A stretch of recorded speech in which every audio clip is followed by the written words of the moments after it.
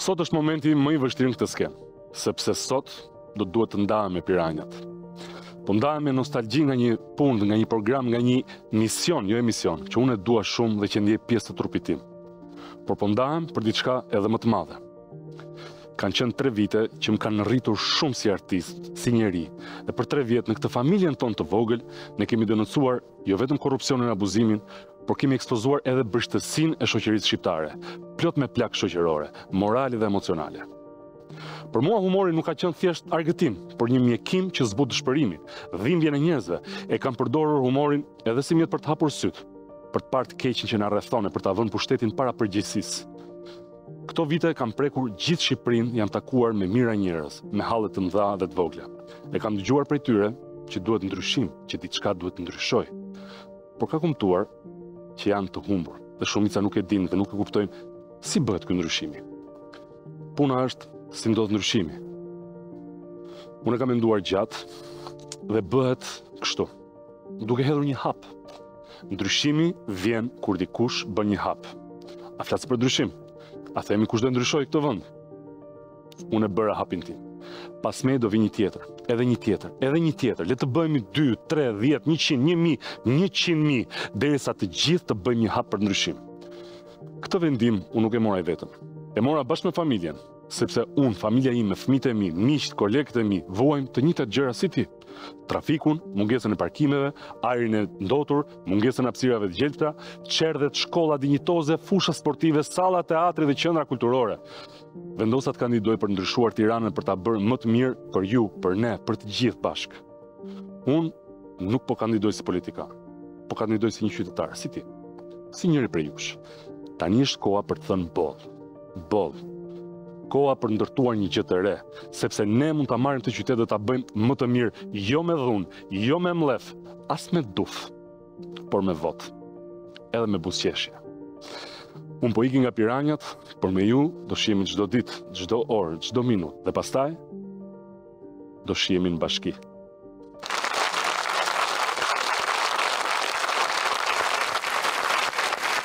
Eja dojna, eja dojna. Po mirë. Non ti posso vedere con questi occhi così muy Mirë për ty, po pse për mua duhet ishte momenti më i vështirë? Okej. Shpeshherë kam zgjedhur të prezantoj vetëm në skenë, sepse është më e thjeshtë, sepse je ti që e menaxhon gjithçka edhe je ti aty që e di dhe e njeh veten tënde dhe nuk para kam preferuar të jem në krah me dikë, sepse ndodhte ajo që njerëzit nuk e dia e din, por që prapa skenat janë shpeshherë shumë të shëmtuara. Ka gjithmonë diskutime nga mbrapa, jo the ti një fjali më shumë, jo thash unë. Dhe kur kam njohur Florin dhe kemi filluar të prezantojmë në këtë skenë të piranjave, realisht kam njohur televizionin e mirë, edhe ashtu siç duhet jetë në të vërtetë. Domethënë nuk ka pasur asgjë të thënë brapa krave, nuk ka pasur asgjë përveç asaj kimisë së bukur edhe të sinqertë që ju e keni patur në ekran. Edhe pse kod për qafojmë ne? Edhe unë në të moment dhe iki du t'i them dy llafe për ty, se që kam pas fat të madh, sepse çdo gjë është një udhëtim në rrugë dhe nuk ka rëndësi si e nis, por ka rëndësi si e mbyll dhe unë jam me fat madh që po e mbyll me ty. Mirë, mos jam tash, let mos jam. Ku janë ato pikat që thaj me gjithat e lodheve? Tani ti votën time e di që e ke. E ke këtu te xhepi, gjithmonë. Biles jo pritse. Majta është në rregull, te xhepi të zemra. Tani po ma dhe në xhep, bëhet e pavlefshme. Ti e di që duhet çuar te kutia. Po ti mbaje një këtu, edhe një aty te kutia, por do më bësh një premtim. Kaq duhet ta bësh për mua. Të lutem. Në momentin që ti do bësh kryetar bashkie për të mirë e gjithë shqiptarëve të ndershëm, të cilët besojnë tek një Shqipëri më e mirë, ti do më premtosh që do vish një herë këtu të prezantosh si kryetar bashkie? Po natyrisht. Është të mërshme, po merret goja. Unë ku ta gjej. Nuk ndodh ndonjëherë që mua të më merret goja, po. Hajde. Jo vetëm që do vi, po do jetë hera e parë, që do jetë një kryetar bashkie që bën një emision live. Dhe ju do jeni spaku im. Ju do jeni spaku im dhe unë mezi pres të bashkëpunoj sërish me kolegët e mi sa herë të doni ju. Dhe përpara se të largohesh për në fushat dhe të na bashkohet i ftuari special që do të më shoqëroj sonte për gjatë piranjave, do të shohim tani dhe do t'jap ca ide se si nuk duhet bërë kur në jetë, udhëheqja e një bashkie. Se ka talë variant i ri? Është një shembull për të mos u ndjekur Bashkia Rogozhinës, të cilët kanë shpikur një gjë shumë interesante. Mos u lodh më me CV, mos u lodh më të bësh eksperjenca pune, mos u lodh më të bësh shkolla, çdo, një fjali. Kam ADN-n e përbashkët për kryetarin e bashkisë. Opa, direkt drejtor. Po si s'në ka shku në mendje? Ideale! Po kjo është shumë, hape dera, po? Nipqja. Drejtor, urdhroni. Ose hape dera tjetër? Besa! Drejtoresh, urdhroni. Çfarë mrekulli e ndjekim vazhdojna. Ndërkohë që ju e shifni, ne vazhdojmë për qafim. A mund ta mbyllim? Shifin. E mbyllim.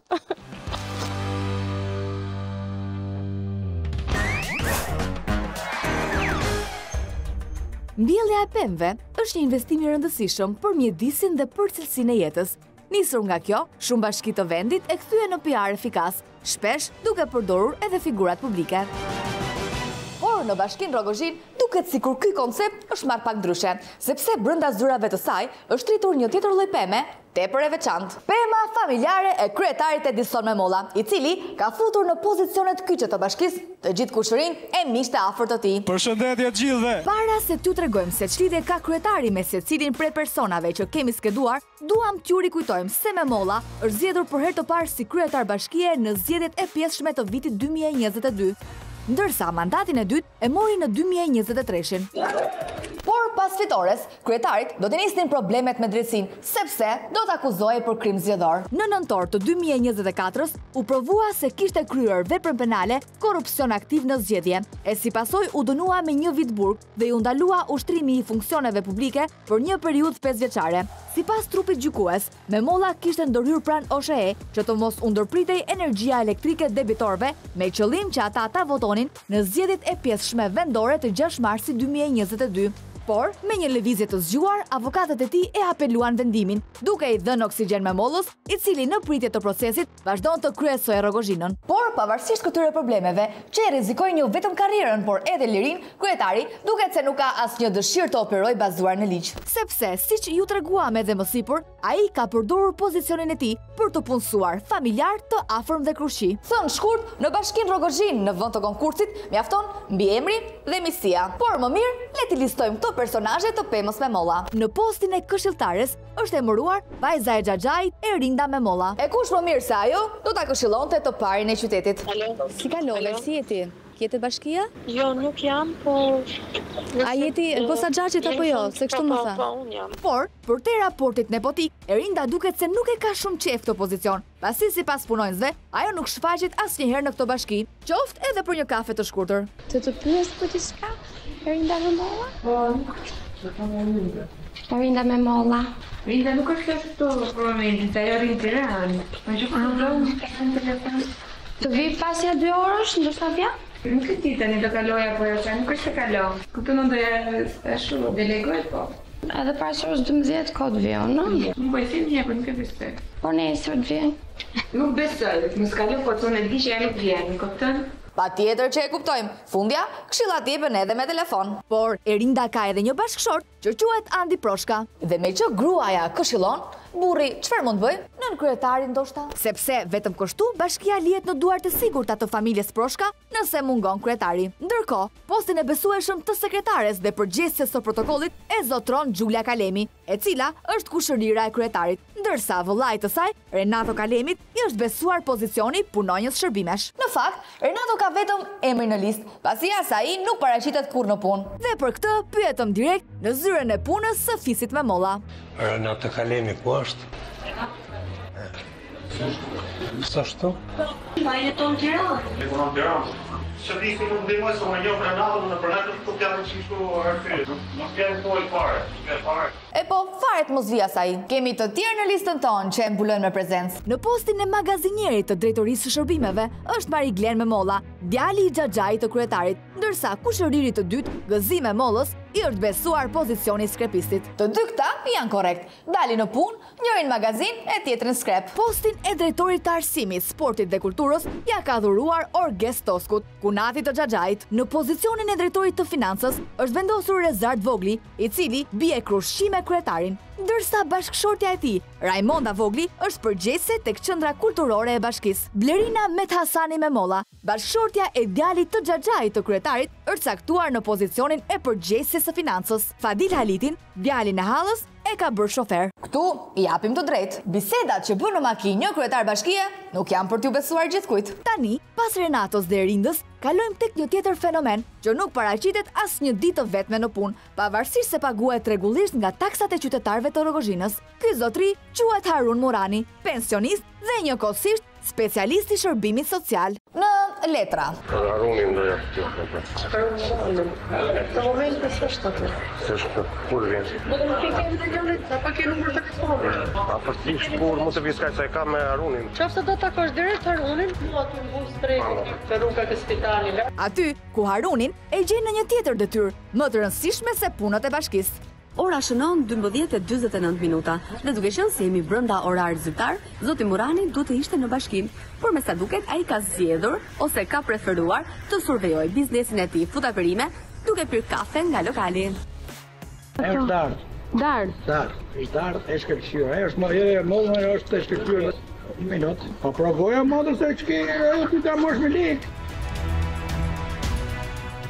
Është shkëlqyra. Edhe i një. Bravo. Prego. Ja bëjta i mollës. Faleminderit dhe ju. Zoti Murani vërtet se bën punën që i ka caktuar kryetari, ama për bujarin s'ke që thua. Ditë e martë, ora 9, dhe zoti Murani e gjejmë sërish te biznesi i tij, me sa duket nuk është i kënaqur me pozicionin që i ka dhënë kryetari i bashkisë. Si e kalova me api kile dardha, i mora dhe javën e kaluar kishe shumë mira. Po rushet sa ke kile? Që është me tim, është pa farë. Pa farë, është e fort, ha? Është e qartë, të gjitha postet që përmendëm janë qoka të kryetarit. Në rastin më të mirë me konkurse fiktive kur bëhet fjalë për në punës civil ose as pak në bazë të aftësive individuale për stafin e ngushtë të Memollës. Dhe këtë, me sa duket e di, i madh dhe i vogël në qytet. Ata di bufe, që ke elektriku, ti ma di. Që kush është elektriku? Kush është një ditë? E din gjithë qytetarët? Po ç'është nuk e di, ne çdo vend sa i me Rogozhinë. Andi Proshka është nën kryetari. Nën kryetare. A është burri i gocës Xhaxhi? Po. Erindës? Po. Mariglen Memolla, magazinieri, a e ka djalë Xhaxhi kryetari? Po, dihet vetët janë mos diskuto fare. Fadil Haliti, djali Hallës. Po, ata është në lushtë. Shoferi. Jetë pa vizave ka Ja, të them unë. Giulia Kalemi, Renato Kalemi. Kushërini, njihni këto? Ta njoh kushtet e mi. Çfarë kanë kryetarin këta? Ata kanë si daj, kushej, i kanë pa mamën kushej ti. Harun Muranin, këtë zotrin që shet. I çketo, se çet ty. Pension ka dalë rrugë tjetër aty çet. Unë më ka rros dora. Çfarë mbi emri këtu? Kalem. Po shko pra ndryshoje tani bëjmë valla. Në ta dashoj, do të shoh po. Nuk do të shoh. Të gjithë mirë. Kaq pak persona me shkollë e të zot në punë të ketë Rogozhina, sa që i pari i vendit të qeverisë bashkë me Fise Krushi? Zoti Memolla, jam shumë kurioze të di në bashkinë tuaj si punësohen punonjësit, me CV apo me certifikat familjare? Me CV. Me CV? Me Kam një listë ku keni punësuar të gjithë fisin tuaj, që nga këshilltarja, që është goca Xhaxhit, Andi Proshka, nën kryetar, burri i Erindës, se doni kështu në bazë. magazinieri, shoferi, drejtor finance, drejtor arsimi. Se doni të japi përgjigje si duhet. Po the bëj të mbaroj dhe ulit. Përgjigja ishte që punësohen me CV apo jo? Po normalisht. Me konkurs? Aty është me konkurs normal. Kush për shembull? Po tani thash. Andi Proshka, Erinda Memolla, Mariglen Memolla, Giulia Kalemi, Orges Tosku, Gëzim Memolla. Si janë punësuar Do këta? thotë se me molla do thotë shfisi më dhe njerëzit e mirë. Ta arrish deri aty, sa të mohosh edhe fisin tënd. Fisi juaj janë sepse janë djalë Xhaxhai, kushërin, Mund miq, tini pa jashtë prushim. lodhem bra. Tani nëse Mendoj që kjo pyetje është shumë e rëndësishme, sepse keni thyer ligjin, ky është nepotizëm i hapur, ju mund të punsonit persona të pavarur profesional në bashki. Atëherë, a e keni ju Erinda Memollën goxh Xhaxhi? Zoti kryetar të lutem. Tani dini pra. A e keni, mos më shtyj, e keni Erinda Memollën goxh Xhaxhi? Ka thyer ligjet në. Më fal, ligjin e keni thyer ju me punësimet që keni bërë. Dhe kjo nuk është as pak e drejtë që ju të talleni me besimin e publikut dhe të përfitoni nga posti juaj. Dini pak në zyra dhe ju presim në njërësia. Tani mos bëjmë skema. Jeni zëngusht? Unë zëngusht. Më duket se jeni, mos më shtyj se nuk është fare e hishme. Jo, kjo nuk është fare ishme, se ne kemi ardhur për interesin publik, të informohemi. Po themi që do të jap përgjigje. Në rregull. Po mos ma merr listën qetëso. Kryetari duket shumë i irrituar, pa pranuar të na jap asnjë sqarim, por pak çaste më vonë tonet zbuten dhe biseda bëhet më e shtruar. Erindën, a e keti goxhaxhe deri nda nuk vjen fare në punë? Si nuk vjen? Nuk vjen sepse e kanë faktuar. Zoti Memolla dëgjoj. Nuk pritet me mirësjellje. Edhe ne me mirësjellje po e pyesim kryetarin. Problemi është se nuk i pëlqejnë pyetjet. Është drejti fusësh të gjithë njerëzit e tu në punë fis? Jo, s'është e drejtë. Po pse i ke futur atëherë? Po si nuk i ke futur të gjithë këto? Atëherë, Giulia Kalemi, Renato Kalemi, nuk e keni ju kushërir Giulian? Mohoni kushëririn tuaj? Se ke fare as Giulia as Renato? Orges Tosko, nuk e keni asgjë Gzim Memollën. Fadi Halitin. Fadi Halitin nuk e keni shumë hallë? Po tani Po pra. Të punosh, ti më ke punu. Po jo, normalisht mund zgjedhë persona profesionistë të pavarur për shembull. Hajde marrë gjëra civile të shkojnë. Po përveç punësimeve nepotike, qytetarët e meritojnë një sqarim edhe për mos paraqitjen e punonjësve të bashkisë në vendin e punës. Për shembull Erinta nuk vjen në punë. Për shembull Harun Burrani nuk vjen në punë, është të rregull shkova bleva unë fruta tani. Për shembull Renato Kalemi nuk vjen në punë sepse unë e filmova shpar të gjitha punonjës. Çfarë ndodh me ta? Po shumë vjen punë për si drejtori, mos unë. Nuk e dini? Po se di unë se unë jam kryetar bashkiu, nuk jam rrojë punëtorësh. Po mirë, ju e dini se çfarë ndodh në bashkinë tuaj? Ha kryetar tani, më dinjitos lutem, kaq budalleni di gazetarët? Bashkinë tuaj nuk e dini çfarë ndodh? Çfarë rregullore? Po mos thuaj kush ka përgjegjësi për këtë, nëse punonjësit nuk vinë që janë zgjedhur nga ju. Nëse nuk vinë, janë drejtori, ta jap shkresën me vetë drejtori. Ju s'u kanë informuar fare. Jo, po ti më dëni unë shkakoj direkt. E tmerrshme që nga kjo, domethënë që ti je kryetar bashkie dhe nuk e di këtë gjë. Tani e ke mshet. Po ti qetësou, ç'ke? Po shqetëson. Po ne u flasim shumë hapur.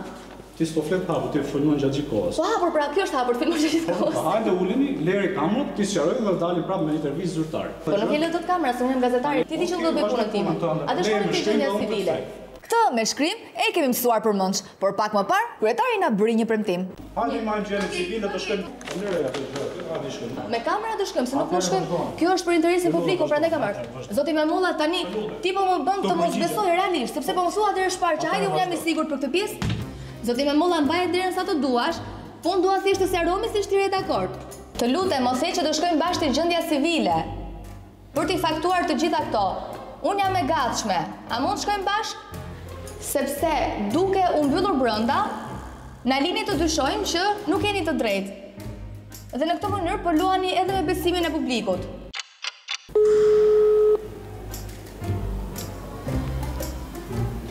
Okej, kryetari nuk e hap telefonin, kështu që nuk na mbetet gjë tjetër veç se të largohemi, por do t'i lëmë edhe një dhuratë. Dhurata jon për Bashkinë Memolla. Takzoni. Ndoshta e ndihmon kryetarin për organigramën e stafit. Ka kërkuar që të ngrem një komision të etikës, i cili duhet të trajtojë një fenomen gryes, shkurajues, poshtrues, të vjetër, të egër, që duhet sulmuar agresivisht në çdo territor, nepotizm, lidhje dhe gjakut në pozicione drejtuese. Familjarët parafisi rushit nuk mund të kërkojnë avantazhe nga pushteti ynë. Oh, se dësharruam, kemi lënë zotin Murani të pres. Zoti Murani, si je, mund bish pak lutem? Mirë, ju jeni specialisti i shërbimit social në bashki apo jo? A nuk mendoni se në këtë orë ju duhet të ishit në bashki, sepse ora është 12:12?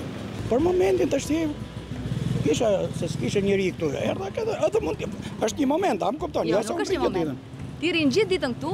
Të shti, për te ke arqë. Pa tjetër që për këtë kam arqë. E po mirë. Që nuk jenë në vendin e punës dhe pësujen ligjin sepse nuk shko në punë? Në këto moment, të shi, isha duke pirë kafe me 2 mikë të mi, sepse unë punën e kam të atil, punën e pa edhe me njerëzit në për kafe, sepse, jo për kafe, por duke të... Specialistin shërbimit social në për kafe? Po jo, po pse për ku e kam punën? Ku e keni? Në teren. Po, në teren këtu, në të biznesi juaj dhe nga popular. Tashi për momentin ti mos... Nuk është për momentin. Po mos kap këtë. Unë edhe shpar erdha këtu dhe ti ishe këtu, po shisi gjatë gjithë kohës. Ndonjëherë ndodh edhe që ngjitesh lart te kafja? Duhet marr leje ty sikur pi kafe për çfarë? Jo, ti duhet të jesh transparent me qytetarët. Të duhet të respektosh ligjin dhe vendin e punës. Po për momentin tash është orari pushimit tani. Po jo, pra se nuk është ky justifikimi. Ti rrin gjatë gjithë kohës këtu dhe unë shkova te bashkia dhe më thanë që zotin Murani e gjeni vetëm te tregu duke shitur fruta perime. Qofse do të takosh direktorin, do aty mbus tregun te rruga e spitalit. Jam shumë dakord me të që po thua, por momentin tash unë kam orarin e pushimit apo pi kafe. Kur fillon orari pushimit?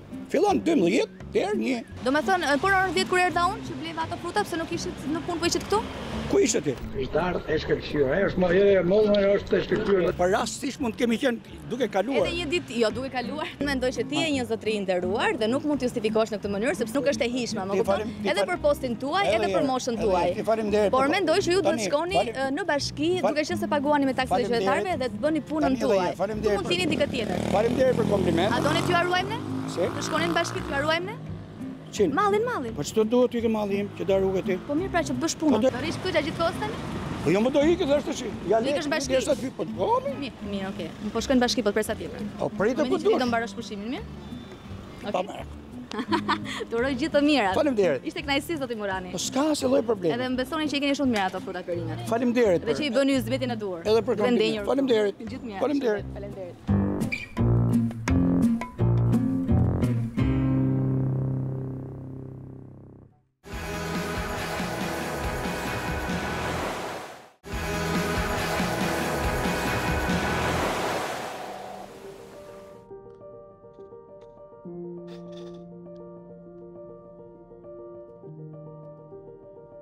Nuk e di pse, por në këtë vend artisti nuk është kurrë në qendër të vëmendjes.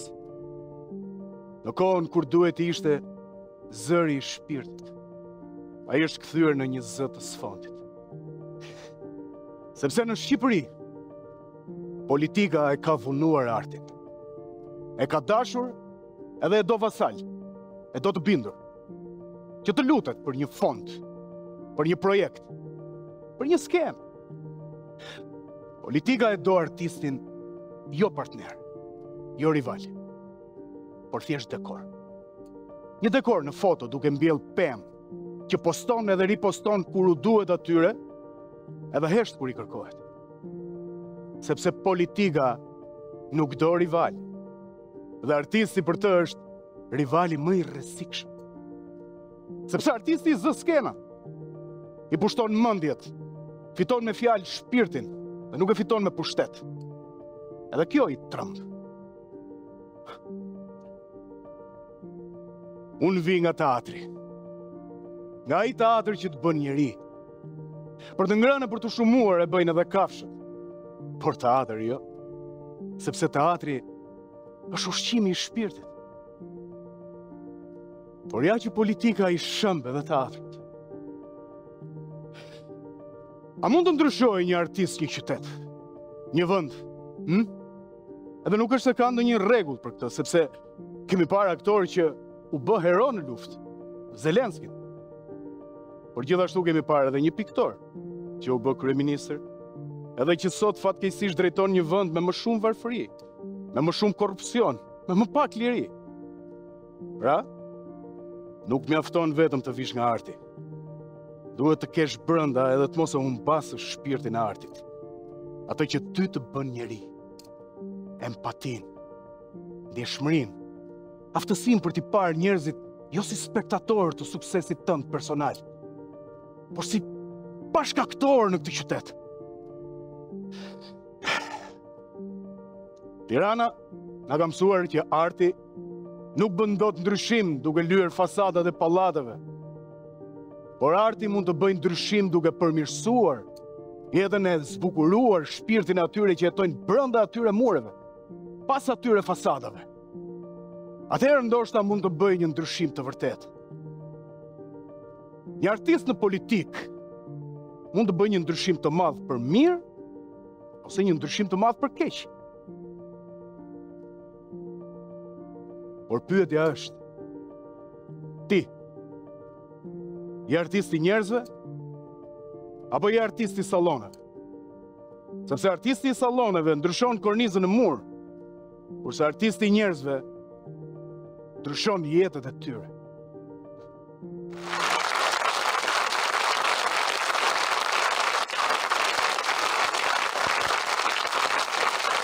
Zonjat e zotrinj, Bin Bejleri! Faleminderit. Faleminderit shumë. Unë kam edhe një çështje shumë të rëndësishme sot për diskutuar me ty, sepse kam një propozim për të bërë. Sepse siç e dini, Flori nuk është më me ne. Flori është nisur për fushat. Por unë dua të të ftoj ty, kështu zyrtarisht të jesh piranj për një natë, madje super piranj. A planon ti të bëhesh piranja? Oh, zoti ma. One night stand piranj? Unë? Nuk mund të, nuk e di do më thëna, mund të quaj vetën unë piranj vetën për një natë, apo duhet 3 herë? Mund të quash piranj për një natë. Tani ne po bëjmë sigur ti se di, jo vetëm për hir të skenarit, por... Megjithatë, Dojna, më lejo që unë t'i uroj Florit shumë suksese në këtë sipërmarrje, sepse unë që njoh nga afër prej gati më shumë se 20 vitesh, e di që ai është një nga njerëzit më të kompletuar, njerëzit më artist në shpirt që unë njoh. Kështu që ju uroj sinqerisht suksese dhe kënaqësi e madhe. Shurja Flori. Të shohim kryetar bashkie plak. Tani si pak më përpara te piranj për një natë. Ne Flori kemi emisionin, nuk është të nevojshme të gjithë natën këtu. Nuk është problem, unë mua më mban karikimi pa fund. Ashtu? Madje kam edhe bateri rezervë, kam një power bank me vete. Kam një ide, Vini. Më thuaj. Bas nesh janë lajmet. Je që je, prezanton dhe lajmet. Unë mbaroj lajmet dhe ri pres Flavion aty. Sa të dalë. Ja laj edhe zyrën, përgatise dhe kamerë, i bëj gjonat i geni gati për me e nesër për Flavion. Do me thëm bingo, syri. Nëse vrisni menen, iku maroj. Gjetëm një njeri që i bën gjitha emisionet. Vim pa tjetër ne patëm një ngjarje shumë të bukur, si që ishte ekstradimi i Florit për një jetë më të mirë. Jo vetëm për një jetë më të mirë për veten e ti, sepse ai gjaj ka pasur dhe gjaj ka këtë jetë, por për një jetë më të mirë që unë mendoj që do t'i vijë edhe qyteti Tiranës. E vërtet, por kishim dhe një ngjarje shumë të dhimbshme dhe shqetësuese, sepse duhet themi që një gjyqtar u ekzekutua në sallën e gjyqit dhe kjo do të thotë tronditje e themeleve të shtetit. Nuk është vetëm shqetësuese, Dojna, është edhe terrorizuese, sepse natyrshëm shumë njerëzve i ka lindur pyetje edhe mua edhe ty. Nëse ti nuk e ndjen veten të sigurt në një sallë gjyqi, ku tjetër mund ta ndjesh? Kam një ide. Më thuaj. Po. Ka një vend shumë sigurt. Ku? Mjafton të marrësh një tent, kështu tip kampingu, para kryeministrisë. A do të ngacmon njëri për 100 vjet? Po që se ke keq. Po se që nuk e ke keq, di pse? Se aty cilën dhe catering, mund të hash edhe pa lek. Po. Mund të porositësh dhe krudo. Tjetër vetëm jo në trotuar se aty pastaj nuk i dihet. Aty ta marrë tjetër. Po. E gjeta. Jo. Po e gjeta. Më mirë. Brapa, më orë është fantastike po them. Jo para. Unë them brapa. Është më mirë. Kryeministrisë. Jo kryeministrit. Kryeministrisë. Tek bari që ka aty ku kullot breshkat ai. Fantastik. Aty mund të ulesh, të shtrosh një piknik, mund të rish i sigurt, sepse aty është vendi më i sigurt. Madje mund të futesh edhe brenda, nëse ndihesh i pasigurt, mund të futesh edhe brenda në kallamishte. Imagjino, jo, fantastike vin. Jo, do të thonë aty kullot me qef kam përshtypjen. Ore, je bashkë me breshkat, e ndjen veten një breshk edhe ti. Je po i shpejti mes breshkave. Por kam edhe një sugjerim për të bërë. Jemi 2025. Më mbyta me sugjerimet, Dojna. Kush, po tani ke ardhur piranja për 2 orë? Më thuaj. 2025. Po. Kush lexon libra sot? Shumë pak. Jo, nuk lexojnë, po i mbajnë vitrina. I mbajnë kështu për kur dalin. I kombinojnë me veshjet. Po, i mbajnë. Është vendi më fantastik ku mund të shihesh libraria. Edhe libraria është çik problem se nëse ka ngelur ndonjë librari, se përgjithsisht gjitha libraritë janë kthyer në mëngjesore, kështu që është pa problem. Nëse e rëndësishme është që kemi ide plot se ku mund të fshihemi. Tani unë dua të bëj ty një pyetje shumë të rëndësishme që është rekuiziti kryesor për të bërë pjesë e piranjave për një natë. A e ke ndjekur emisionin javën e kaluar? Si janë të më falë. E di si janë të pyetjet, si janë të pyetjet kur merr pasaport amerikanë. E ke parë ndonjëherë statuin e lirisë? Po sigurisht. E ke ndjekur? Ju kam ndjekur, sigurisht. Nuk ju kam ndjekur me vrap. Se me vrap nuk ju ndjek dot askush. Por ju kam ndjekur nëpërmjet televizorit, madje familjarisht, neve mblidhemi, ulemi në atë kultukun ton, marrim dhe kokoshkat edhe fillojnë piranjat. Ajo që duhet themi është që javën që kaloi dham një material për një familje ku kryeshin marrëdhënie seksuale në sy të fëmijëve. Dhe madje këto marrëdhënie seksuale filmoheshin nga vetë fëmijët. Edhe fatkeqësisht për te shakas ishte pikërisht ai momenti që mua më ngelën kokoshkat në fyt, sepse pata një ndjesi përzierje, një ndjesi shumë të keqe brenda dhe një habi dhe çudi me veten time se si mund ndodhin dhe vazhdojnë ndodhin këto gjëra. në këtë vend. Kështu që ishte e tmerrshme, nuk e di. Po ja që ndodhin vind dhe çfarë nuk mbaka brenda kjo Shqipëria jonë e shkret, shumë nga ata që e kanë parë atë material vërtet shokues, për te indinjatës na kanë shkuar në rrjetet sociale se çfarë do të ndodhë më mbas. Për shembull, a ka marrë policia masa, çfarë do të ndodhë me fëmijët, dhe sigurisht ne si Piranja i shkojmë gjërave deri në fund. Ndaj Piranja jonë, Jonida Mukja, ka shkuar deri në fund të zgjidhjes së kësaj situate. Ta ndjekim. E ndjekim.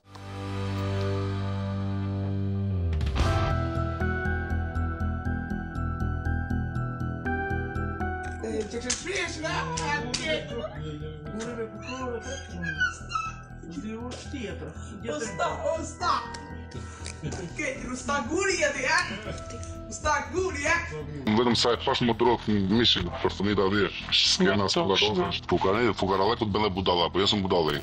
Në të vërtetë, më shumë se sa një budallallok, kemi të bëjmë me një krim ndaj fëmijëve që ka kaluar prej shumë muajsh në heshtje dhe indiferencë. Sepse video me përmbajtje pornografike për të cilën po flet ky zotrin anonimat, është xhiruar brenda një shtëpie në fshatrat e Fierit, në të njëjtin ambient ku ishin prezent 3 fëmijë. Fugarin pa drita në gjendje mjerueshme, jetojnë 2 familje, për shembull halla me atë gollovarin e vet, dhe jemi me fëmijë, një shtëpi të vjetër me 2 hyrje kështu, por ata janë Babiloni bashkë. Jemi me fëmijë, ka një burr i cili dhe është si muço, e kanë marrë në Greqi andaj punon. Panorama e dhimbshme, një familje fshati që asnjëherë nuk ka arritur të krijojë standardet për fëmijët pa fëmijëri që rritën në kushtet e mbijetesës.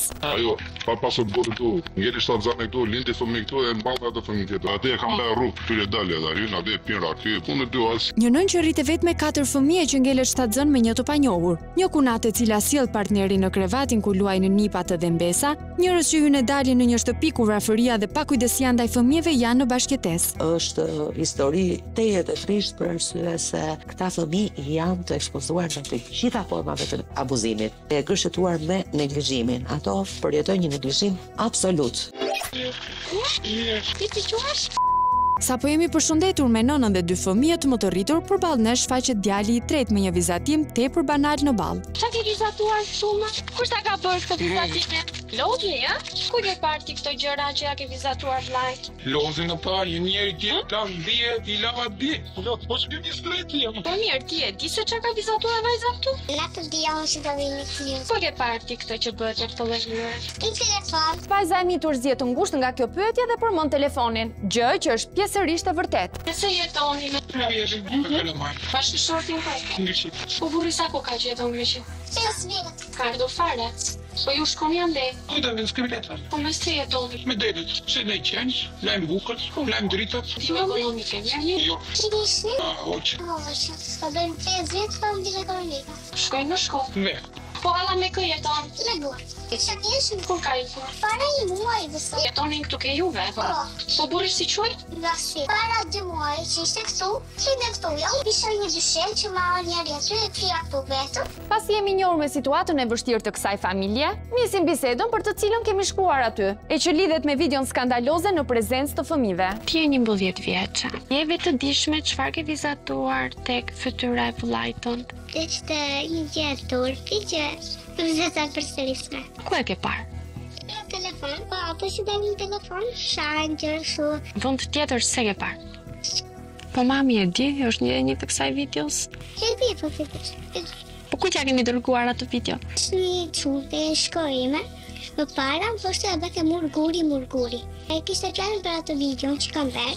E pjëto një dite, shokët e mi të klasës kanë qenë në djeni të asaj videoje që kanë bërë, por nuk e di nga kush e kanë mësuar. Këto batuta të fëmijëve të shkollës në realitet janë në kuptim që lidhet me videon që qarkullonte prej kohësh mes tyre dhe muri i gurit ishte pseudonimi i partnerit të hallës, protagonist i videos. Burri has punon murguri ande në Greqi, bën murguri, po mbas e kanë pasur fjalë për këtë video. Nga biseda me vajzën dallojmë se ajo ka një pjekuri dhe kthjelltësi mendimi jo të zakonshme për moshën e saj. Ndoshta e forcuar nga vështirësitë me të cilat është rritur, gjë që nuk e shohim në asnjë moment tek nëna. Sa vjeç je martuar? Ku me vend moshën sa vjeç je martuar? Kur ke ardhur në shtëpi burrin me mbledhëri e ke martuar me shkollë. Po si a del me fëmijët? 5 fëmijë, si ke rritur në gjithë të kohë? I kam pritur, ku te punë? Mos e gruri, krili o vin. Djalit në vogël e ke nga marrëdhënie tjetër, martesë tjetër? Po, jo në burri, shumë. Si kështu? Po ka bime risk shumë si në tjetër. Gruaja duket në një gjendje të tillë që ka nevojë për ndihmë të specializuar dhe kjo bindje na forcohet pas çdo fjale që nxjerr. Unë do të tregoj diçka.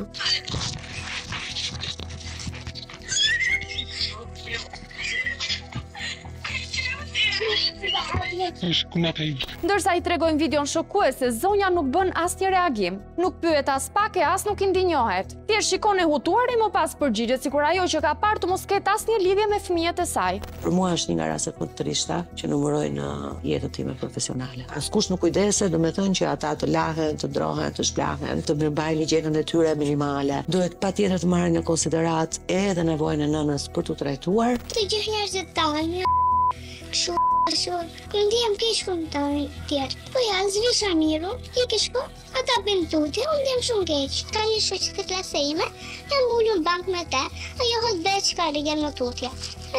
Kur ka ndonjë parfume vete, shtypi parfumi.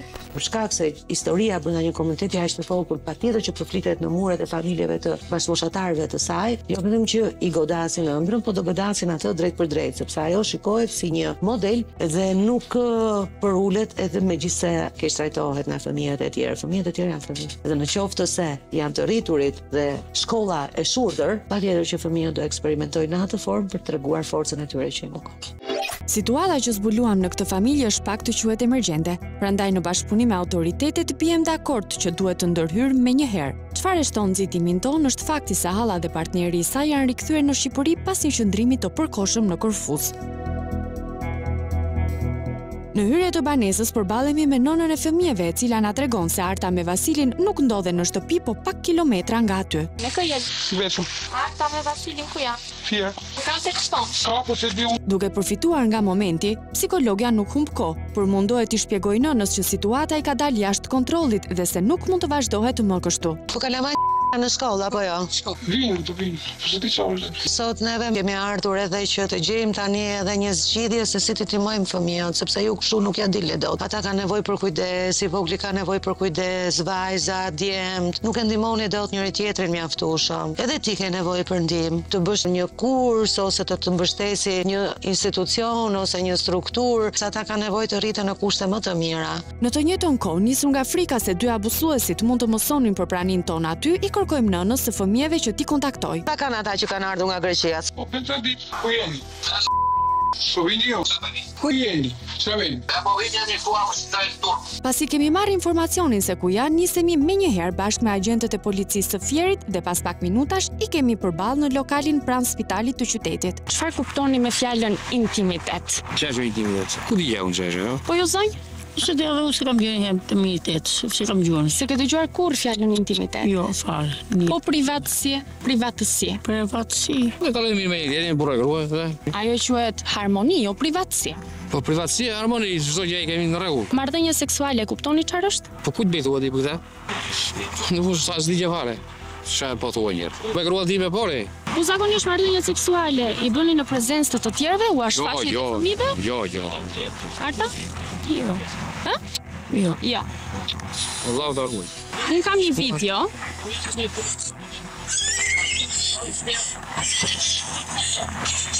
Sa shkëllionë do me kalamajt të fshyras, shupe. Po kush e ka fajt aty? Kush e ka fajin? Ju të dy e keni fajin, zotë Vasil. Dhe nuk ta kanë bërë fshehur azi fëmijët ty këtë lloj gjëje. Ti ke qenë në dieni që po filmohesh. Ktu. Përgjigjet që marrim janë po aq tronditse sa gjesti që kanë kryer. Në pamjen e tyre nuk ka asnjë shenjë përgjegjësie dhe reflektimi. Gati, gjithçka ju duket normale. Sa që rrin ndaj fëmina mbrapa derës ande ushditje. Nuk i ka qenë mbrapa derës, ti ke 3 fëmijë aty. Njërin që e ke mbi kurrizin tënd dhe ti prapë sheh që është aty dhe përpiqesh të normalizon situatën. Një tjetër akoma më i vogël që të sheh nga poshtë dhe vajza tjetër që ty të filmon në divan. Ajo nuk është fshehur azi, ajo është me vetëdije të plotë nga ana juaj. Pa dashje ato gjëra, nuk dashu unë jam me gruan time aty, jemi rregull aty me gruan time, kurse se çka kanë bërë ata mbrapa derës zgjidheu ti, harta. Ti e fare për Zotin u zgjidhja Vasil, për Zotin e madh unë nuk di gjë. Zotin nuk ti gjë, më fali, unë nuk di gjë. Ku jo, s'ke ku të shkosh ti? Nuk ke ku të shkosh, ku të rremendja se do ikësh? Ku të rremendja se do ikësh? Te cila shtëpi o Vasil? Vasil, hajde se ke për të dhënë ca llogari. Vasil ke për të dhënë ca llogari. Ndërsa Vasili është shoqëruar në komisariat, halla e fëmijëve nis të na tregoj versionin e saj të historisë. Je në dijeni të kësaj video? Jam. Unë atë dite isha gjumë, punë time, të loma. Më tha mua që mullo kokë. Përse të mulloj kokë, dhe suno? Po midhës, ti përse do të mullojnë kokë? Mullo kokë, dhe se unë të si burë e gorni, të se... Aty i pëse, kështë marë, ishe në rafë, po... Okej. Marë, si më një kuptova të tërë, që se si e vaj pëtoj. Këto të më petë për asë se më repë. Këtu gjërat marrë një tjetër drejtim, sepse Arta po na tregon një të vërtet të rënd, anën e dhunshme të partnerit të saj. Po pse s'më tregove në sytë e ti ti mua? Më vjen, më shaj, më rep sytë ti e moj, pëndaj, më rep shumë, ti sa më rep unë? Të re këty, po pse që ndroti me të kuraj ty të re? Kot. Sa ko ka që e një orti me të? Po kam vitin e tretë. Ka i konë në Gërqit, për rau. Në vitin e parë më rau, më latë vdeku. Vitin e dytë nuk më rau. Par këtë ditë më rau, më latë vdeku. Nuk jemi të sigurt nëse këto gjëra na i thot nga frika e pasojave ligjore për gestin e kryer, apo vërtet gjërat kanë shkuar siç na i tregon. Por ajo që vëm re është fytyra e saj e cila ka disa shenja që ngjan me djegjen nga cigaria. Ja, dhe këtë gjam kështu, djego. Po janë shenja cigare. Po, bravo. Arta. Bravo. Sa ditë ka që ti ka për këto? Këtë di sot. Do besë ushime, thaj si unë pa ngrendës. Qa dhe su? Do vete unë se ik lokal, pish. Peshe tap. Ose do gatu se zbeku dhe o të vdesë unë o të rafare dhej. Me mu të një dy thaj këtë. O të vdesë o s'ka me mu dhe që. Me fëmijët aty brënda, me babrajnë tëndë, me fëmijët... Aji nuk ka silë mirë. Qa ka për? Tërton, i tërton keqë. Seks më pudaveqi më të mlaja. Seks? Ku vejmë seksualin e brenda ti, le ka stile dy të hapë për gjetur unë e dy. I dhe nuk e turke. Pra, i bën me qëllim? Me qëllim. S'marbe, a i thot për shaka, unë nuk e di të gjë. Si me shaka, qarë bën me shaka?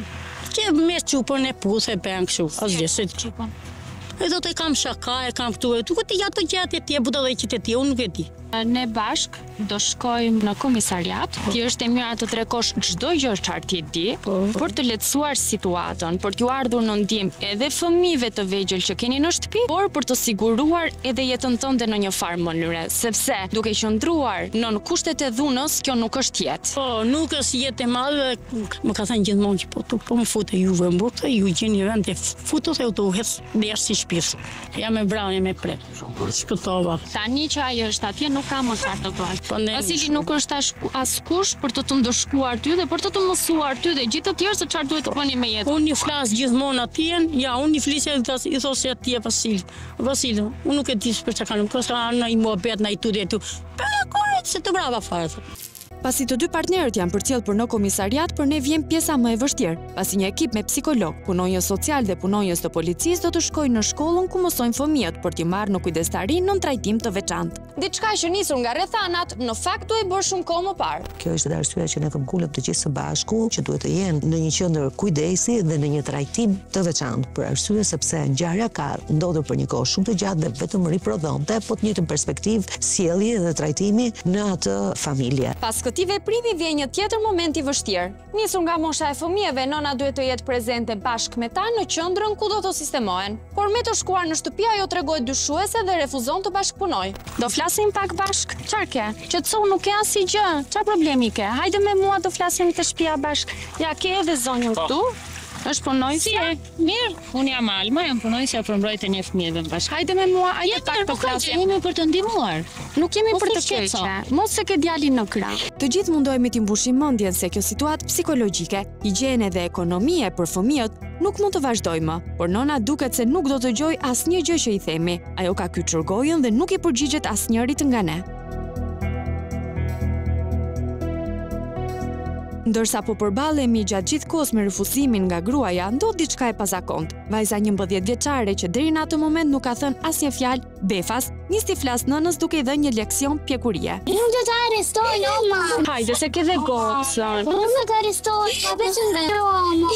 Futi mamin brenda me. Po jo, neve kemi këmbgulur që ti të jesh pranë fëmijëve. Në këtë shtëpi, duket se rolet janë ndërruar mes nënës dhe vajzës së mitur, e cila ka marrë situatën në dorë duke na dhënë të gjithëve një leksion komunikimi. Hajde më qikë, mama, sa t'jap një deklarat. Kaq, unë kam frikë që të vesh të mburë. Për gjë. S'ke pse shqetësohesh. Po të futesh në vull sa friku, nuk e puna.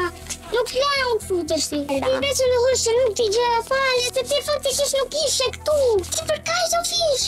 Se u sërim neve vetëm. Pas një diskutimi të gjatë të 11 vjeçares me nënën e saj, ky e fundit është bindur dhe pranon që bashkë me të vegjëlit të udhëtoj drejt një strukture të specializuar, atje ku për të dhe fëmijët do të nisë një rehabilitim më së i nevojshëm që në fakt duhej bërë kohë më parë.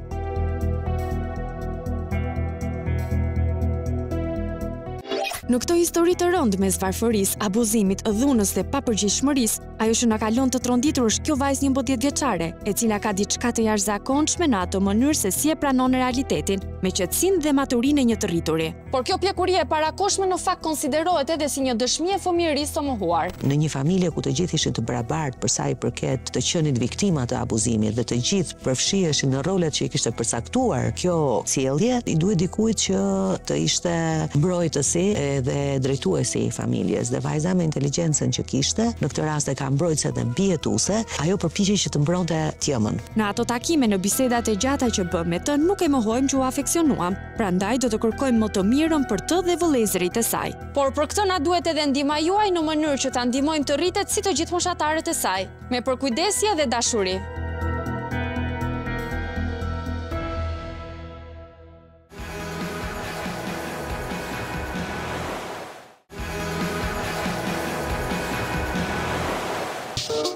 Hold on, let me say myself.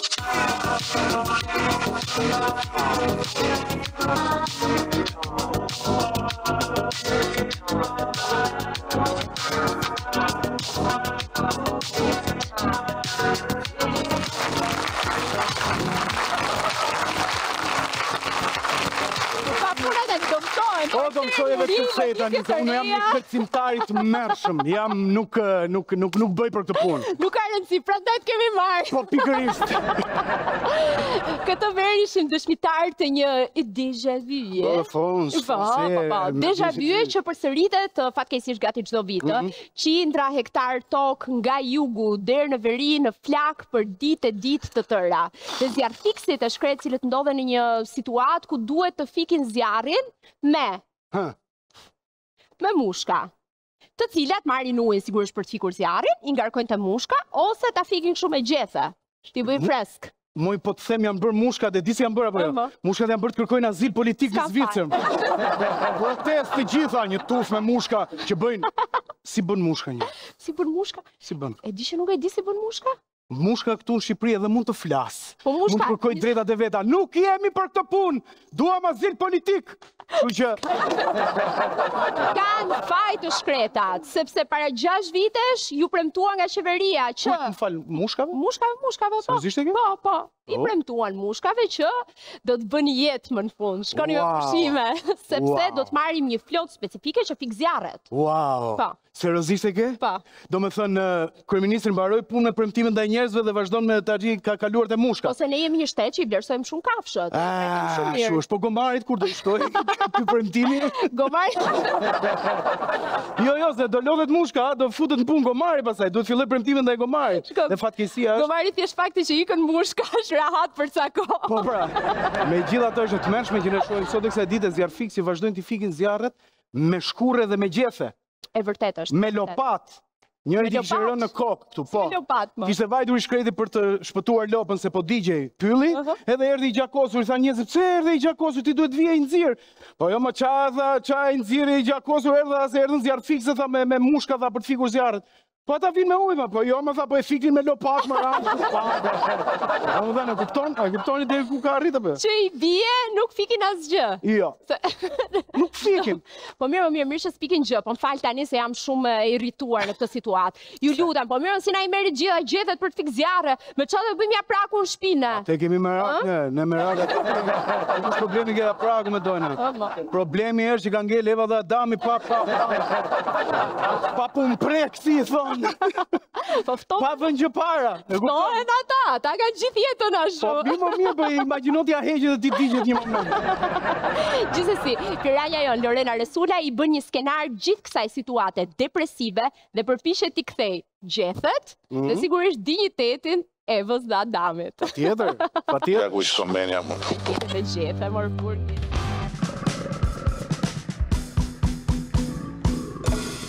Evropa përjetoi këtë verë ditë vërtet të vështira për shkak të flakëve që përfshin disa rajone. Mbi 1 milion hektar tokë është djegur përgjatë muajve të nxehtë, duke shënuar një rekord vërtet negativ. Spanja dhe Portugalia ishin vendet që u goditën më fort, me një total prej 2/3 e sipërfaqes së djegur në gjithë Evropën. Por gjithashtu, me situatë të vështirë përballën edhe Greqia, Turqia, Çipro, Franca, Italia e Rumania. Studimet thonë se shkak kryesor janë ndryshimet klimatike që kanë shtuar valet e të nxehtit dhe thatësirën. Në këtë panoramë dramatike, Evropa është detyruar të rrisë kapacitetet e saj të reagimit. Shtetet anëtare të Bashkimit Evropian kanë shtuar flotat ajrore me më shumë avion dhe helikopter zjarfikës, kanë krijuar njësi të posaçme për ndërhyrje të shpejtë dhe janë vendosur sisteme më të sofistikuara të monitorimit satelitor për të identifikuar vatrat që në momentet e para.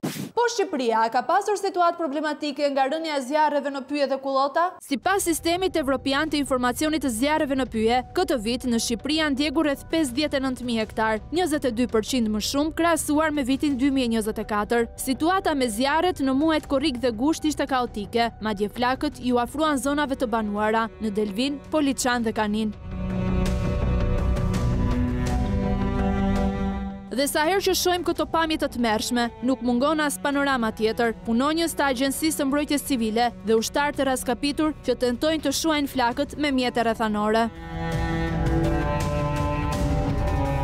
Por a është primitive kjo metodë, cila fatkeqësisht edhe pas dekadash kur këto forca përballen me zjarret qëndron e njëjta? A ka pasur tentativa për modernizimin nëpërmjet një strukture të mirë organizuar? Në realitet, në vitin 2019, Shqipëria riorganizoi Drejtorinë e Emergjencave Civile, duke krijuar një agjenci të posaçme në varësi të Ministrisë së Mbrojtjes, e cila ishte përgjegjëse për mbrojtjen civile dhe zvoglimin e rrezikut nga fatkeqësitë natyrore për të gjithë territorin e vendit. Ndërkohë, buxheti për financimin e përballimit të emergjencave u tetfishua nga 7 në 55 milion euro për vitin 2025, një pjesë që ndahet si transfer në ndihmë të bashkive e një pjesë për të blerë mjete dhe pajisje për agjensinë në rastet e fatkeqësive natyrore. Por me sa duket këto para më shumë u shpenzuan për të hartuar plane e strategji, sesa për të blerë materiale që vinë në ndihmë kur këto fatkeqësi ndodhin. Në të njëjtën kohë kur Evropa bën hapa para duke blerë dhe shtuar mjetet efikase për të përballuar situatën e pazakonshme me zjarret, avionët zjarfikës janë ata që luajnë rolin kryesor në betejën përballë flakëve, të manovrueshëm, të shpejtë dhe me efikasitet në furnizimin me ujë. Por kjo për ne është ende utopi, sepse vendi ynë nuk ka siguruar akoma një flotë ajrore që vjen në ndihmë të emergjencave. Dikush mund të pretendojë se Shqipëria nuk mund ta përballojë koston e tyre. Por sa kushtojnë në të vërtet avionët zjarfikës? Nëse kërkojmë në internet, avionët e specializuar zjarfikës që përdorin vendet fqinj janë të llojit Canadair ose Aircraft Tractor Fireboss, ndërsa të parët kanë çmim më të lartë dhe kanë më shumë kosto për mirëmbajtje. Avionët e tipit Aircraft Tractor Fireboss janë diçka më e përballueshme. Prodhimi më i ri i kësaj marke është ai i vitit 2024 me 3 sisteme shuarje, 3 valvula, pompë për shpërndarjen e ujit dhe me depozit 3000 litra. Ky prodhim kushton 1.8 milion euro,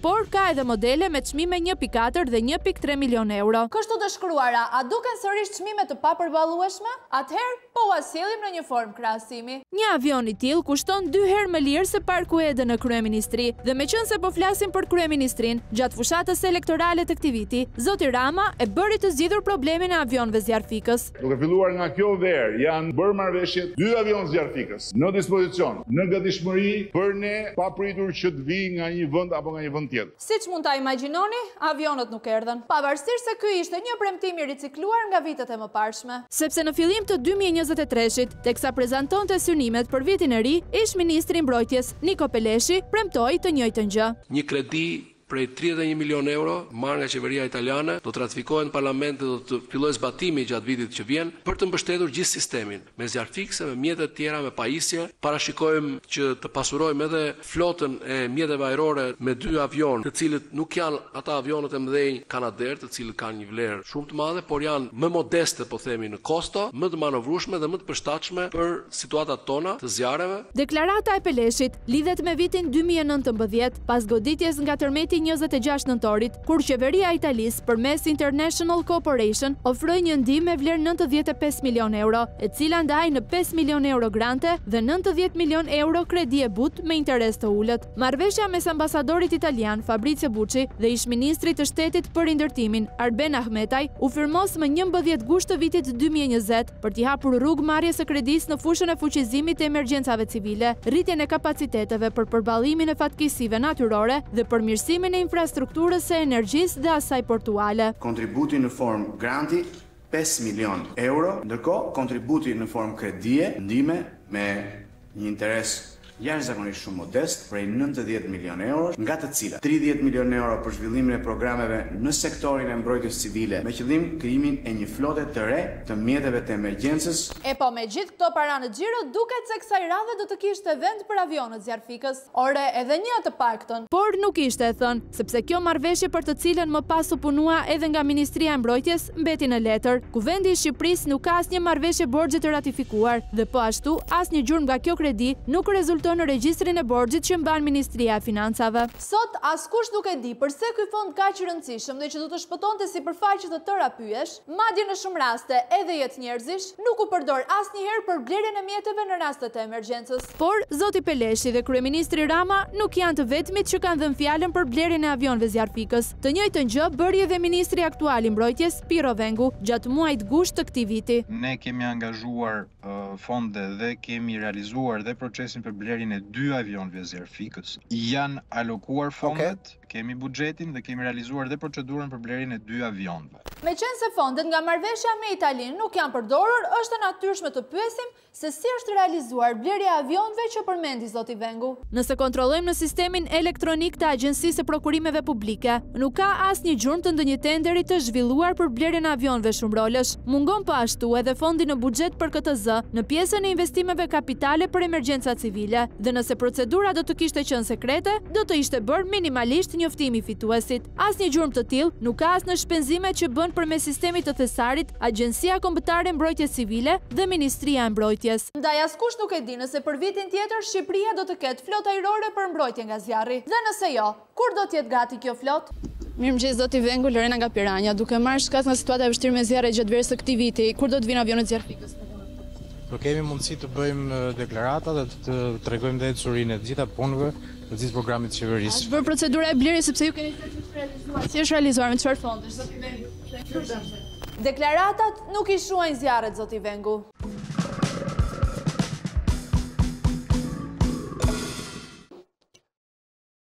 Do të njegim historinë e një babai dhe përpjekjet e tij për të kujdesur i vetëm për fëmijën e vet, që fatkeqësisht është i prekur nga spektri i autizmit. Ky në fakt është një rast i trishtueshëm, kur pengesa vjen nga nëna, njeriu që duhet mbronte më shumë në botë. Pra kemi një baba të përgjegjshëm nga njëra anë, të përkushtuar, por një nënë që për arsye që nuk kanë arsye, pengon babain që të kurojë fëmijën që është edhe i saj. Piranja Luela Gaxhia na sjell këtë dramë familjare ku, si gjithmonë, i dëmtuari më i madh është fëmia i pafajshëm. Ahmeti është një 32 vjeçar nga Elbasani, i cili pas ndarjes me partneren, Befas, është gjendur në një situatë të vështirë që lidhet me të ardhmen e fëmijës që erdhi në jetë nga kjo martesë. 2016 njofta një vajzë që e ka emrin Jorida, 10 djalë, nuk na shkoi mirë, kërkova divorcin, u divorcuam fëmijën, gjykata e la tamës. Problemi qëndron se fëmijën e majën sot dhe kujdestarinë e ka ajo. Sipas Ahmetit, gjykata ka vendosur që kujdestarinë t'ia lejë nënës dhe menjëherë pas gjyqit ashtu ndodhi. Nëna e mori të voglin e saj, ndërkohë që babai do duhet të takonte sipas grafikut të caktuar. Ndërkohë, ajo kujdesesh për atë, merrshin telefon shpeshherë për punën e çunit ose ama ose motra. Çfarë do thoshte ajo madhe e motra? Hajde merr çunin se s'e marrin dot. Po nuk e mbante dot nëna vet? Ja. Po ku e linte djalin e? Po ty e lishin, ke shtëpia saj. Ajo vet ku shkonte? Dilte, ikte. Ka marrë dhënë të tjera, ka krijuar vetë jetën e vet. Mund të jetë një zgjedhje personale e një gruaje të re, e cila nuk i detyrohet asnjë shpjegim ish partnerit, por kur në mes është një fëmijë vetëm 3 vjeç, atëherë gjërat ndryshojnë. Nisur nga kjo situatë, kur për të voglin nuk kishte kusht të kujdesej rregullisht, babai këmbgul që ta marrë në shtëpinë e tij. Dhe ish gruaja pranon pa asnjë hezitim. Unë mora vesh nëpërmjet tamës që fëmijën tim nuk e marrshin dot. Edhe u detyrova, herën e fundit ka marrë në dorës, siç që ka shkruar këtë deklarata me dorë, që ka marrë se s'kishe mundësi tjera, se s'kish. Ai që nga atë kohë unë kam fëmin dhe sot e kësaj dite e mbaj unë. Në letrën e firmosur, nëna deklaron se ja dorëzon fëmijën ish bashortit, babait të fëmijës, me të drejtë takimi sa herë që të mundet. E nga ana tjetër, Ahmeti pranon të marrë fëmijën e tij e të kujdeset për të. Në fakt kjo shkresë bie në kundërshtim me vendimin e gjykatës së datës 2/11/2022, në të cilin babai ka të drejtën e takimit dhe detyrimin e pagesës ushqimore në favor të fëmijës, ndërsa nëna ka kujdestarinë plot ligjore. Po për sa kohë ky vendim gjykate mbeti i shkruar vetëm në letër dhe fëmia braktisej në mënyrë të vazhdueshme nga nëna, atëherë kushtet ndryshuan. Deri këtu duket se gjërat po shkonin siç babai donte, nga njëra anë nëna që nuk kishte mundësi të mbante fëmijën dhe nga ana tjetër Ahmeti që shfaqte dëshirën dhe gatishmërinë për të kujdesur çdo ditë për të, për më tepër që i vogli është me aftësi ndryshe. Dhe kur gjërat duken se u zgjidhen përfundimisht, lind një tjetër problem. Problemi im i vetëm është problemi i fëmisë, që duhet me çu me vizitu, nuk kam drejt unë. Djalin e çoj në për vizitë ke qendrat e autizmit, për shembull që kisha një vizitë një më afër, ato më refuzuan për arsye se nuk e kam unë të drejtën ligjore. Një drejtë e cila i jep kompetencë vetëm kujdestarit ligjor të ndjek vizitat dhe kurat e specializuara të fëmijës. Dhe vetëm kujdestare ligjore në këtë rast është nëna. Kundërshton, kam frikë, se për çka kam frikë unë se kuptoj. Frikë për të folur me ty apo frikë për të dhënë kujdestarin? Frikë për të dhënë kujdestarin. Ky hezitim i gruas, e cila nuk ishte kujdesur asnjë ditë për djalin e saj, madje kishte dhënë menjëherë firmën duke shkarkuar çdo përgjegjësi, e ka detyruar Ahmetin që t'i drejtohet gjykatës për të kërkuar ndryshimin e kujdestarisë ligjore. Ka 2 vjet që kam marrë, ditë që kam marrë nesëm, kanë ikur policia nga policia, mos i kam shkuar në gjykatë që kam fut letrat. Edhe sot e së ditës ka dalë la, sa është ndrojë gjyqtarja. Pra, për shkak të zvarritjeve që janë kthyer në normalitet në sistemin tonë gjyqësor, ky prind është i detyruar të pres deri kur gjykata të vendos për kujdestarin. Që do të thotë se deri atëherë mjekët do të refuzojnë çdo përpjekje të babait për të vizituar dhe kuruar djalin e tij të sëmur, sepse në një vend me demokraci funksionale, ligji prevalon mbi shëndetin e një fëmie. Në këtë kushte, kur në vizita kërkohet prania e kujdestarit ligjor dhe kur nëna e ka lënë të voglin tërësisht në duart e babait, ky i fundit i kërkon asaj që të nënshkruajë një akt notarial për t'i dhënë kujdestarinë e fëmijës. Por për çudi, përballet me refuzime të vazhdueshme.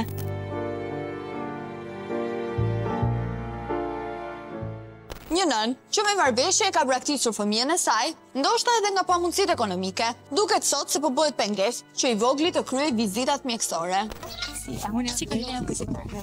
Po, unë kam një shqetësim nga Ahmeti në lidhje me djalin tuaj për çështjen e kujdestarisë. Po, kujdestarinë e ke ti. Djalin e mban Ahmeti për 2 vite e gjysmë. Po, është braktisje që ti dënohesh.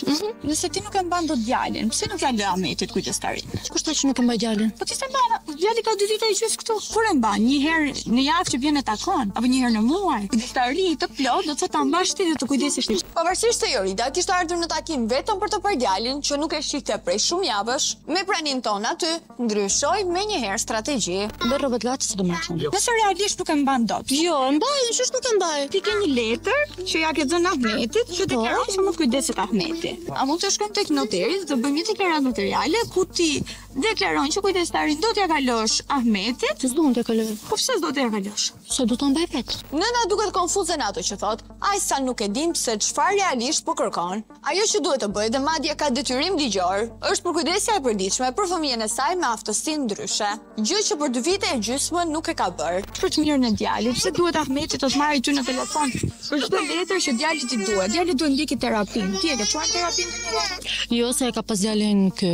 Edhe ky e di shumë mirë, që unë nuk rri këtu, unë rri punoj vend tjetër. Një shkak më shumë që për të mirë të fëmijës të pranoj dhe të firmos kujdestarin. Si se mban ti djalin atje ku punon? S'ke mundsi. Atje ku jam jo, po me që ka punë kështu në marr djalin. Edhe ka marrë djalin që ka lësh rrugë. Ideja është, atje mundsi realisht me mbajtur djalin, atje një punë, një stre, dikush të ndihmoj atje. Po, ka.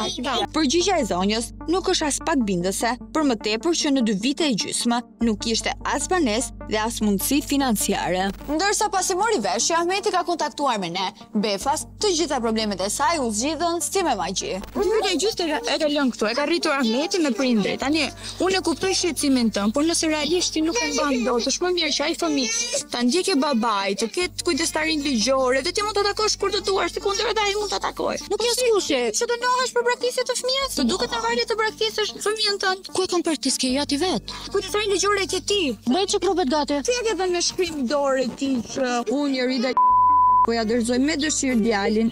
Muftari, të Atit Ahmet Muftari. Të vetme gjë që Ahmeti kërkon nga ishnusja e tij është lënia e kujdestarisë, pasi në këtë mënyrë do të mundet të ndjekë të voglin e tyre në për vizita mjekësore dhe terapi aq të nevojshme për të. Dhe ndërsa përpiqemi që ta bindim gruan e re, mësojmë nga ajo një tjetër arsye pse nuk e ka mbajtur dot fëmijën e saj. Pasi me telefon troçmërit, por nuk kam një fëmijë tjetër. Dhe për arsye të këtij, unë nuk i kam thënë Ahmetit vetëm për atë arsye, se thash më vopat djalin mirë dhe do ta mbësha. Por thash ti vinte koha, do të merresh edhe atë, se djalin tjetër sot është si nën.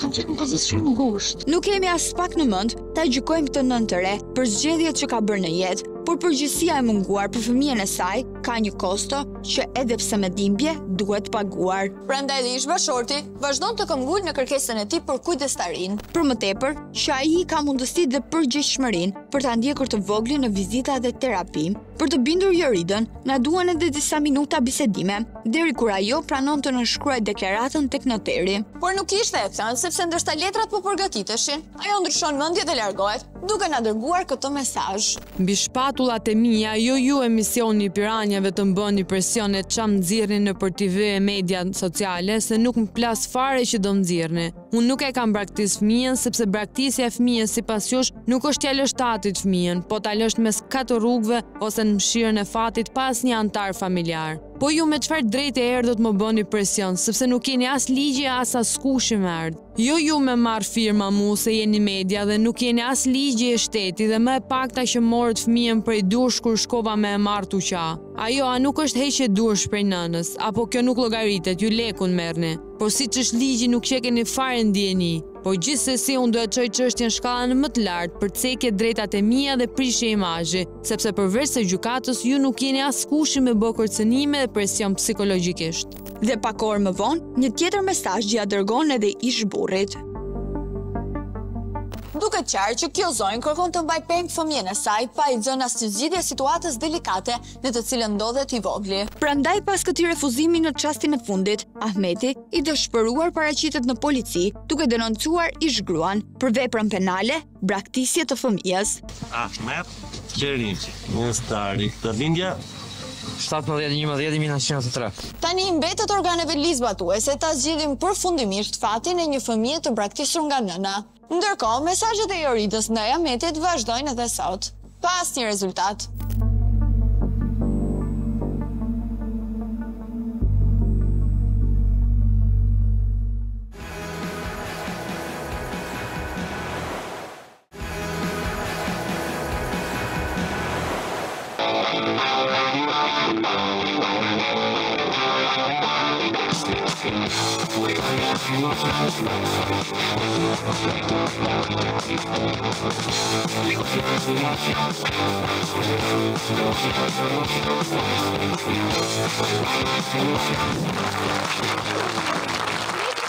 Një sekund, se më për një shkurë madhe këtu. Jo, përveç asaj jam brez tjetër, unë jam brez i Britney Spears. Oh, I did it again. Kështu që, unë këto me centrifug si kam kapër. Unë mua më mungojnë shumë flokët, në thonë drejtën tash dhe me mosh, nga kanë rënë një shi. Po e di pse? Po të faktën në Deregjen e Florit nuk jam, ta dish. Ju gjithë keni bërë të centrifugën, pra e kemi bërë dhe pinim në tokë. Ja, unë me ups I did it again. Gjitha i kam kokë flokët. Se dja ke bërë një lapsus që e bërë shumë shpesh në Shqipëri. Dhe më thënë tani, le t'jemi sinqerë dhe themi që ne me drejtë shkrimin jemi... Se nuk bëjmë vetëm lapsus se dojna, ne bëjmë dhe stilo lapsus. Jemi të frikshëm. Për shembull, kur ndaj dikush nga jeta themi shkruajmë, unë preft në paqë, ose u preft në paqë. Nga më vjen dhe keq sepse ata e ndjejnë ato dhimbjen e tjetrit, duan t'i ngushëllojnë, po duhet ta dinë më vëlla se lapsi do paqe, do qetësi që të më prifet si duhet, më nuk mund t'i thuash tjetrit që ka humur jetën, që ka është ndarë nga kjo jetë, t'i thuash unë preft, se nuk është laps. E më mirë sa i s'dëgjon. As shikon. Mirë, shu është. Ai nuk dëgjon, nuk shikon, por problemi është që komentin nuk po ja bëm për atë, por po ja bëm familjarëve, kështu që është një problem. Sidomos, më fal Dona, sidomos kur ngatrojnë dhe këto njerë. Është ky smiley, ky emoji me lot. Emoji, po, që je I trishtuar. Ngatrojnë me ato me dy lot që duken që janë më shumë. Kupton, ajo është duke qeshur edhe. Unë them bëjmë shërbim publik. Ne bëjmë të piranjat, po këtë herë do merremi konkretisht me arsimin, sepse arsimi ka degraduar. Kështu që kurs I gjuhës shqipe. Për gjithë ju që po na ndiqni. Sy e vesh nga ekrani. Mos e zgjas më. Këtu. Kamera këtu. Shkruhet u preht në paqe me F. Me F si hëna. Syt që do të pëlcasin. O sa mirë ja the. Tu moj gotë se ke blekë të abetarë, më. Unë abetarë. Seriozisht e kam? Jo, më thuaj që të blej dhe unë ja 2 t'i kem aty. Ja ta them unë. Këto abetaret janë pas 2 mishit. Janë ato abetaret, më pëlqejnë shumë këto abetaret. Ato abetaret me 20 autorë, që mbas 3 vitesh ndryshojnë me 20 tjerë, se ata 20 parët janë zënë për punë e fondeve dhe kanë ardhur nga 20 të tjerë. Se kështu qarkullohet legu. Dhe nëse ju keni patur për shumë të abetarja mira. Ashtu tjerë, ne kemi çoj. Wow, më raf të pika. Më thuaj çfarë doje të më thoje se kishe do të çojë në një vend të qetë. Shumë të qetë. E shoh që ke nevojë për pak qetësi. Jam pak I agituar. Jam çik I agituar. Do të në vendin më të qetë. Më thuaj. Jo Lixha. Ku? Do më çosh në vendin më të qetë. Do më çosh në malet e Kanadas. Po jo. Do më çosh në ku diun, në Sound. Do më çosh në Shqipëri. Në Shqipëri vend I qetë? Po, dhe është një fshat. Ka vend të qetë në Shqipëri? Po. No way. Po, është në Mallakastër. Jo. Ja.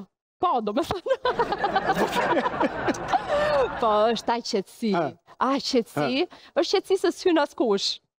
Ska. Normal. Këm njeriu. Normal të kuptoj Dona. Këm ka, po nuk jep shenja jete. Më e kuptoj, sepse tani njerëzit që duan të shkojnë të vizitojnë varret e të afërme, kanë shumë dëshirë se I merr malli, por nuk I lë kush të futen brenda dhe nuk ka lidhje me fantazmin, nuk janë fantazma, janë tjetër gjë. Pse duhet shkosh fizikisht në Varreza? Por lule. Po jo më futu në Google Map, ishe aty varret, ishe dhe të rregullat, zbukuruara, pa plur, pa gjë, po jo më ka evoluar teknologjia më. Pap në Google Maps shihni aty. Po ç'a Google Maps ka 10 vjet që nuk kalon në Shqipëri, ç'a Google Maps do na ndjen Varreza. Ama mos jesh, nuk është për të qeshur.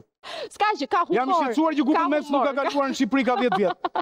Më duket lagja ime shumë e tmerrshme. E para sa është zbukuruar Tirana. Duan ta shohin dhe të huaj ta shohin me Google Maps. Po.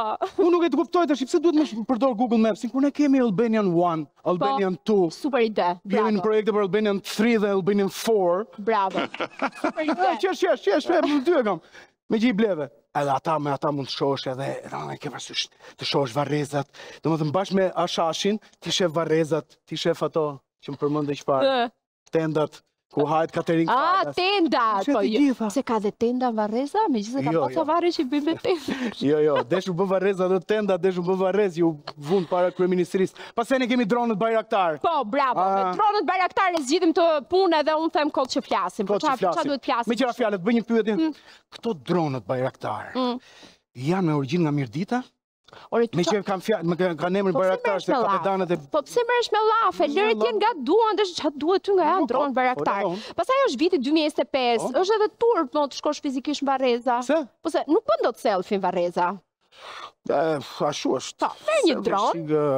Si zotri, vizitoj nga shtëpia, je këte I fut një lec kështjes. Ti shef gjyshen? Shef gjyshen, të shef gjyshi aty me dronë, nuk e di. Mund të qosh edhe lule, mund të pastrosh edhe barishtet me dronë. Jo, lule, një sekund të lutem. Lule? E më lule. Ore, nga qa epoke vjen ti? Nga epoka e luleve. Po kush qon më lule më? Po pse qa qojnë? Po jo, më nuk qojnë më lule se ti vjedhin. Jo, di unë këtë, ma kam bërë një 2 herë të parë, tash nuk ma bëjnë më, unë ja pres bishtin poshtë luleve dhe nuk e shesin do. Ti që ke nivel profesional. Po mua vodhën kavanozin ti thua që lule. Seriosisht e ke? Po dëgjova një nga këta që vidhin kështu, I ka që se rrinë aty vërdalla. Eti kaloj të ku në Varreza dhe më thamu një më plera, s'kishte lona si cigare ke paketa. Arrinë edhe kështu. Gjithsesi, kam përshtypjen që edhe ata dronët nuk duhet I çojmë. Këmë don ti të çojmë? Po nuk do t'i çojmë dronët se aq të sofistikuar janë hajdutët e 2025-s, edhe dronët i vjedhin, kapën aty sipër. Janë shqiponja, janë skifter dronësh. Gjithsesi, tani këta të fshatit, derisa të avancojnë me teknologjitë e reja, do hynë në konflikte koti për të shkuar në Varreza. Ne do të ndjekim Zotin Kuqi, ose siç i themi, Edon Kuqi. Ndjekim me dronin e Kuqit. Si më, kush tha që e droni ka dron? Kuqi ka dron, pra e the ti. Ishte, do më thënë, ndjekim tani me dron Kuqin, Zotin Kuqi, sa po e the? Jo, pra jo, po kush i lë dronit, seriozisht. Po pse ma dron, mere një dron dhe e quan veten e droni me dron Kuqi. Çfarë problemi ka? Unë them, më mirë ndjekim. E ndjekim. E donin pa dron. Dronin. Ti e don? Kjo është, e do ti e don dronin, e do. E ndjekim.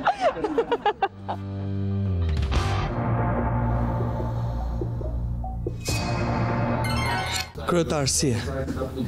Mohi këtu. Të lutem, Bëj pyetje zyrtare. Siç ja keni kthyer zotris. Personi përballë nesh është kryetari i Bashkisë së Mallakastrës, Qerimi Ismaili, i cili me sa duket i efektuar nga homologja e tij në Tiranë. Për largimin tonë angazhon efektivin e policisë bashkiake. Po nga e ka zanafillën, ky nervozizëm i kryetarit ndaj nesh. Gjithçka nis me bllokimin e rrugës që të çon në Varrezat e Drizarit në Mallakastër, e që sot ka futur në sherr banorët atjeshëm. Madje njëri prej tyre ka udhëtuar nga Italia me shpresën se do të jepet zgjidhje problemit. Rruga e bllokuar është këtu që shkon në Varreza, në shtëpitë vjetra dhe nga tokat. Këtu nuk mund të kalosh sepse ata janë persona që nuk mires do të vesh. Personat në fjalë janë dy vëllezër dhe djali i njërit prej tyre, Halim, Pëllumb dhe Zagol Ferzaj, të cilët pas një dokument në dispozicion kanë bllokuar rrugën. Jo një, por 2 herë me radhë. Makina vjen deri këtu dhe s'ka ku ikën. Është bllokuar këtu dhe më lart e ka bërë kastile, ka quar pa jame në mes të rrugës. Edhe nuk vemi do të në Varreza. Po si nisi kjo histori bllokimi, kur Varreza dhe rruga kanë disa dekada aty? Po e shi fort ai, apo... Ja, e mbylli dhe thot mos kalo. Ai e ka bllokuar në shkurt të 2023-shit. Po ne kemi pasur gjithmonë kontradita me zotrin. Gjithmonë kemi pasur debate. Se mbolli ca ullin këtu edhe ne vajtëm i thamë, jo, ai doli si i fort, biles edhe mua më ka ardhur me lev, nga thani se kjo është toke babait tim. Si që shikoni edhe ju, situata ja është kjo. Unë kam gati kamionin, ai të qiburit që ti për vjetorin dhe nuk mundem. Kelmendi pret prej muaj që të bëjë një varr të ri në kujtim të vëllait, por materialet nuk mund të futen në Varreza, por shkak se vëllezërit janë të vendosur që të mos pyesin për asnjë, as për bashkinë dhe as për policinë. Ne kemi bërë ankesën në komunë, në policinë. Komuna vendosi që u mblodhe Këshilli Bashkiak, dhe Këshilli Bashkiak ka vendosur që kjo rrugë do hapet. Dhe ai e mbylli, erdhi policia bashkiake me policinë e rendit, edhe e hapën për momentin. Atëre, pretendimet të tia janë që ka tokë babai dhe policia e shtetit ka ardhur këtu dhe deklaron dhe thot që kjo nuk është toke askujt. Ka bajtur dhe një proces verbal për këtë.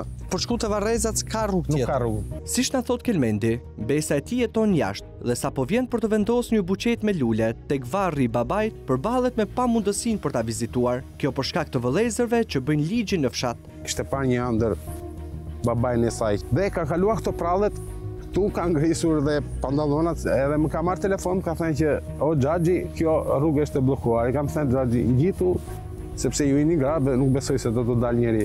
Edhe unë dua të shkoj tek varri i vllait tim tani, por nuk mundem sepse mund të ndodhë një konflikt me zotrin në fjalë, edhe po pres që të veprojë shteti në këtë situatë këtu. Ata janë njerëz që nuk merren vesh. Ne i kemi marrë, unë i kam kontaktuar dhe në telefon dhe thot, kjo është, ti mos guxo të kalosh aty. Ose përndryshe, kemi rrugë të tjera. Siç ka ndodhur në këtë rast, ku njëri nga vëllezërit e paralajmëron Kelmendin për pasojat. Doja të takoja pak valla për atë punën e asaj rrugës se duhet bëj çik shiburin e. S'ka punë jo këtë toke jo. Ke mund të takojnë ndani, ku të vete, ku të me ketë përballem? Ti më ka një gabim të kaloni, mos u gafroni me atë. Është një gjë normale që të marrësh lejtë e tyja. Është toka ime. A ke dokumenta për tokën? Kam tokën e babait. Po të lajmëroj me më kaloni atje se do keni të patë shumë të ashpër.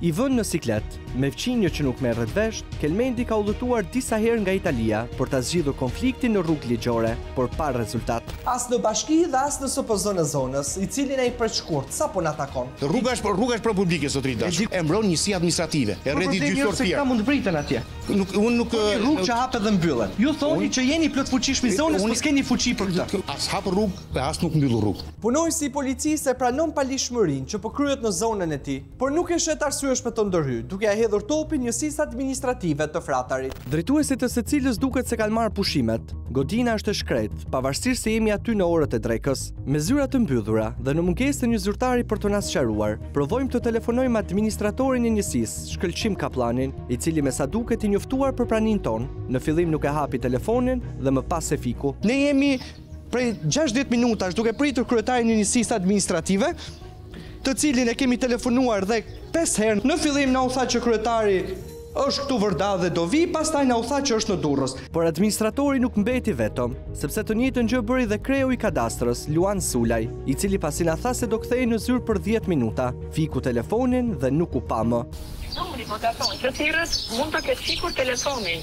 Ju lutem, provojeni më vonë. Ndërsa jemi ende në zonë, në kërkim të një zgjidhjeje për rrugën e bllokuar, mendojmë që një ndihmë mund të na japë edhe takimi me vetë zaptuesit, të cilët ndoshta edhe mund të arsyetojnë. Zoti Ferzaj, si e don Kuqi nga Pirania, pse keni bllokuar rrugën?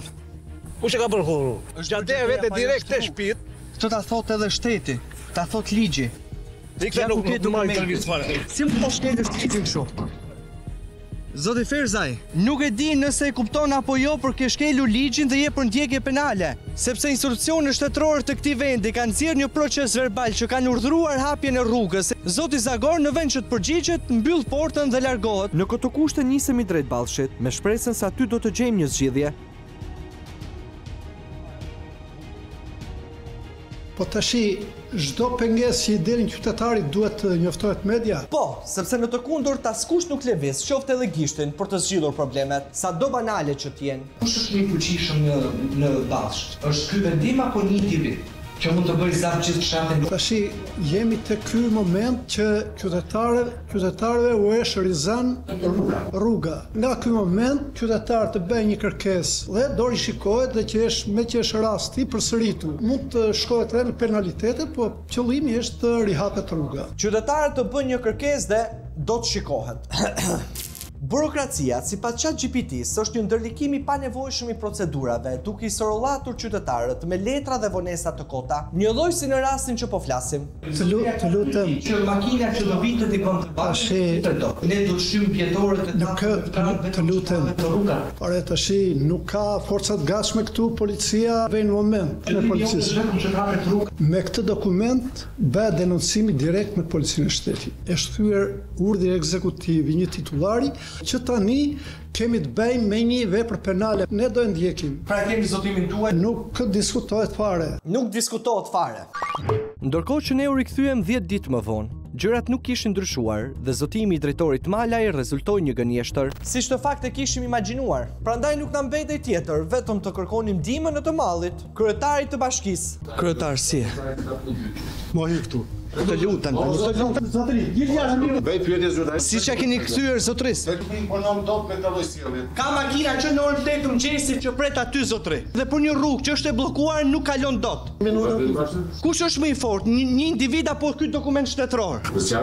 Qytetari ka ardhur këtu me ne sepse nuk ka marrë dot zgjidhje. Kemi ardhur para një jave, takuam drejtorin e policisë bashkiake. Sa do të hapet rruga? Ka kaluar një javë dhe rruga nuk është hapur. Po luaj me eshtrat e një të vdekurit që nuk po gjej qetësia as në varr. Të flaso?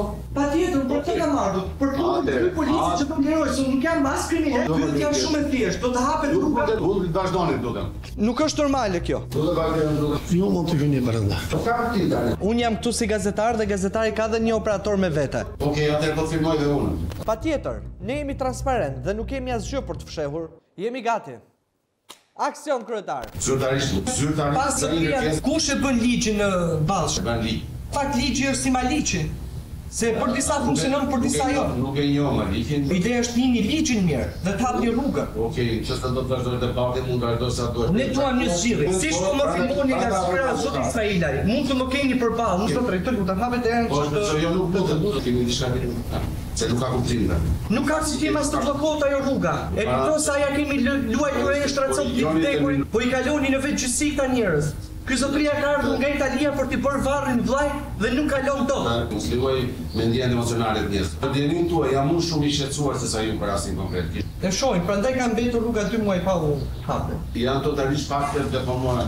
Si të deformuara? A ishte një vendim i këshillit që të hapi rruga dhe ju gritët një grup pune dhe u hap rruga dhe sërish ajo është e bllokuar sot. Asnjë nga këto pyetje që i bëm kryetari i qeverisë Ismailaj nuk mori asnjë përgjigje, për faktin se ai kishte një tjetër hall. Mundet të bëni vesh kurtime këtyre pjesëve të i përdorni për audiencë televizive në shtetet e juaj, ashtu siç nuk kam drejtimin që këtë lloj materiali ka pasqyroj në rrjetet sociale të bashkëdhënëse, rase do të imponojmë. Bashkia nuk mund të shtjeri fall. Sa herë dikush një qytetar i përgjeshëm apo i papërgjeshëm vetë zapron një rrugë për një territor për 330 km, ka pronë pak e vështirë kjo pjesë. Në momentin që konstatohet veprohet mbas ligjit. Nuk është çështje falli, është thjesht një skandal që po konsumohet dhe që kërkon ndërhyrje nga bashkia. Kaq e thjesht e gjitha. Besoj që jam i bindur që të paktën këto fakte ne mision dhe ju do t'i konstatoni në raste do t'i transmetoni, do t'i transmetoni me vërtetësi, jo me manipulim. Përveç faktit se kryetari filmoi nga komoditeti i tavolinës, ndërsa ne gjatë gjithë kohës duke luftuar trup me trup me policin bashkiak, e gjithë pjesa tjetër është e njëjtë. Shpresoj të zbatohet. Unë nuk shpresoj. Unë jam bindur që të zbatohet. Nga kjo bisedë me kryetarin, i cili ishte i bindur se do të zbatojë ligji, kanë kaluar më shumë se 3 muaj. Dhe siç mund ta imagjinoni, për banorët e Drizarit asnjë zgjidhje. Kryetari qeverisë Ismailaj, edhe pse u zotua që do ta zgjidhte këtë problem, edhe sot tek kësaj dite ne nuk kemi asnjë përgjigje. Rruga vazhdon akoma e mbyllur dhe nuk ka asnjë zgjidhje. Asnjë nga institucionet e shtetit nuk po bëjnë asgjë. Këta presin që ne të shkojmë në vetë gjyqësi.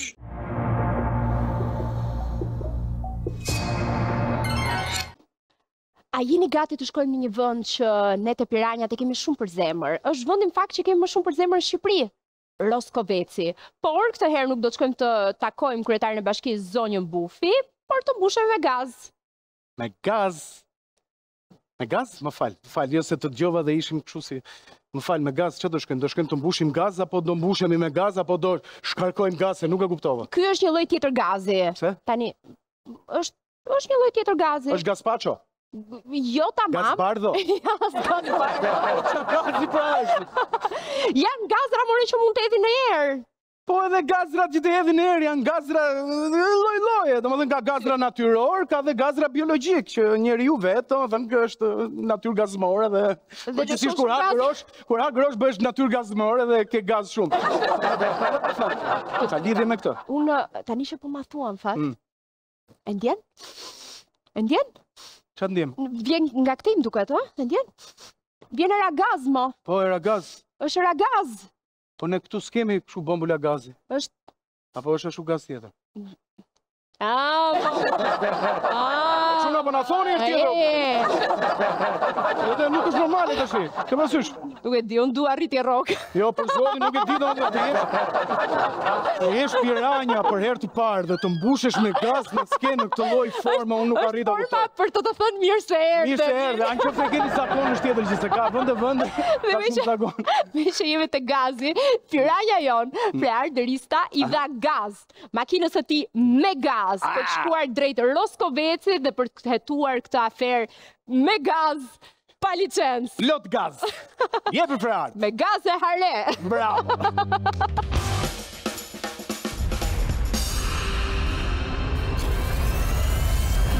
Në mungesë të kontrolleve periodike dhe standardeve të sigurisë, tregtimi i paligjshëm i gazit të lëngshëm mbetet një rrezik serioz për jetën dhe për pronën. Shpërndarja e bombulave të gazit të pakolauduara, që mbushen jashtë çdo kriteri, shpesh ka sjell pasoja të rënda që kanë shkuar deri në humbje jete. Ky treg ilegal ulëzon prej 3 dekadash në hundën e institucioneve, siç është rasti i këtij aktiviteti të paligjshëm në periferi të Roskovecit, i cili i përket zotit Hysen Agaçi, ish kryetari i njësisë administrative Suknji dhe ish nën kryetari i bashkisë Roskovec, me të cilin patëm një bisedë jo shumë të gjatë. Si jeni, zoti Agaçi? A mund të ulem? Uleni. Faleminderit. Unë jam Frar Derista, gazetar nga emisioni Piranjat. Të mbash një biznes pas një dokumentacion ligjor përkatës, duke shfrytzuar postin që keni pasur si nën kryetari i bashkisë Roskovec. Është e paligjshme? Unë ama me që kam filluar punë, biznesin e kam transferuar. Biznesin me letra e ka vllai, nuk e ka Hyseni. Me leje mjedisore? Por me të gjitha. Me sistem zjarrit? Po, me kontratë të lishme. Është me lejë nga institucioni përkatës. Edhe për këtë jeni të sigurt. Në këtë ballafaqim të shkurtër që patëm me zotin Hysen Agaçi, kuptuam 2 gjëra nga ai. E para, biznesi është në emër të vllait të tij. Dhe e dyta, ai vë dorën në zjarr që aktiviteti është i pajisur me të gjithë dokumentacionin përkatës. Po mirë, me që është kështu po e besojmë, por për t'u siguruar mendojmë që më mirë të pyesim pak vërdall. Hysen Agaçi, ku ka këtë benzinor dhe se hedhin gaz për makina? E kam brapa, te kryqëzimi këtu, ku janë ato skodat? Këtë pikën e gazit Hysen Agaçit. Ku është? Jo. 100 metra për parë. Hajde mas me të tregojmë. Biznesi i Hysenit, Agaçit. Hysenit është apo e vllait vet? Tu në fshat nuk besoj të ketë në një tjetër Hysen Agaçi, apo jo? Vetëm zotëria që ka qenë nën kryetar. Të gjithë në fshat e din biznes të Hysenit, jo të vllait të tij, cilin thuajse se njohim fare. Megjithatë, ne duam të jemi të sigurt, prandaj më mirë të pyesim punonjësin. Biznesi është i vllait Hysenit apo i Hysenit? Ai e ka ngarkim, vllai. Ai është në Angli, dhe Hyseni e ka pasur, po qenë në punë dhe dozoi edhe la vllai. Po qenë vetë të tia. Pra ka qenë e Hysenit, por e ka hequr nga vetja e tij dhe ja ka kaluar të vllait, sepse posti që do të merrte në administratën shtetërore nuk ja lejonte. Unë këtu rrje dhe vetë të flet. S'ke frikë që fletë? Pra të bombë të madhe gazi? Mos u befti thoni vllai. A mjafton një lutje për të fjetur i qetë dhe i sigurt nga një bombë e rrezikshme fare pranë? Por rreziku nuk është i pranishëm vetëm për dhomën e vogël të rojes, sepse bombula e madhe e gazit është edhe pranë banesave. Tani të shohim pak se kush e ka këtë biznes dhe çfarë dokumentesh disponon. Më datë 15 shtator 2015, nga regjistri i QKR-s vërehet se biznesi ka kaluar në emër të vllait të zotit Hysen, pasi ky i fundi do të merrte detyrën e kryetarit të njësisë administrative të fshatit Suknji. Ndërkohë në sistemin e qendrës kombëtare të biznesit shihet se subjekti disponon NIP, por aktiviteti është i regjistruar tregtim bombulash gazi me pakic. Mirë po, si qëndron e vërteta? A tregtohen bombula gazi me pakic apo gazi lëngshëm me pakic? Pasi janë 2 gjëra krejtësisht të ndryshme. Të kesh nipt për të shitur bombula gazi dhe të tregtosh gaz të lëngshëm është një lloj sikur të hapësh nipt për tregtim makinash, por në realitet të kesh karburant dhe të shesësh lëndë djegëse. Në pamjet që kemi regjistruar, shihet qartë një bombulë e madhe gazi brenda rrethimit, e cila me sa duket shërben për të tregtuar gaz me pakic. Sidoqoftë, më mirë të sigurohemi, prandaj provojmë ta dokumentojmë. Dhe shumë mbush pa gaz, ta mbushim atë? E qartë tashmë që ky biznes nuk funksionon për shitjen e bombulave të gazit, por për tregtimin e gazit të lëngshëm, 2 aktivitete të ndryshme, pasi siguria dhe dokumentacioni që duhet të disponojë një biznes që merret me tregtimin e lëndëve djegëse nuk është i njëjtë me ato të një biznesi të thjeshtë që merret vetëm me shitjen e bombulave.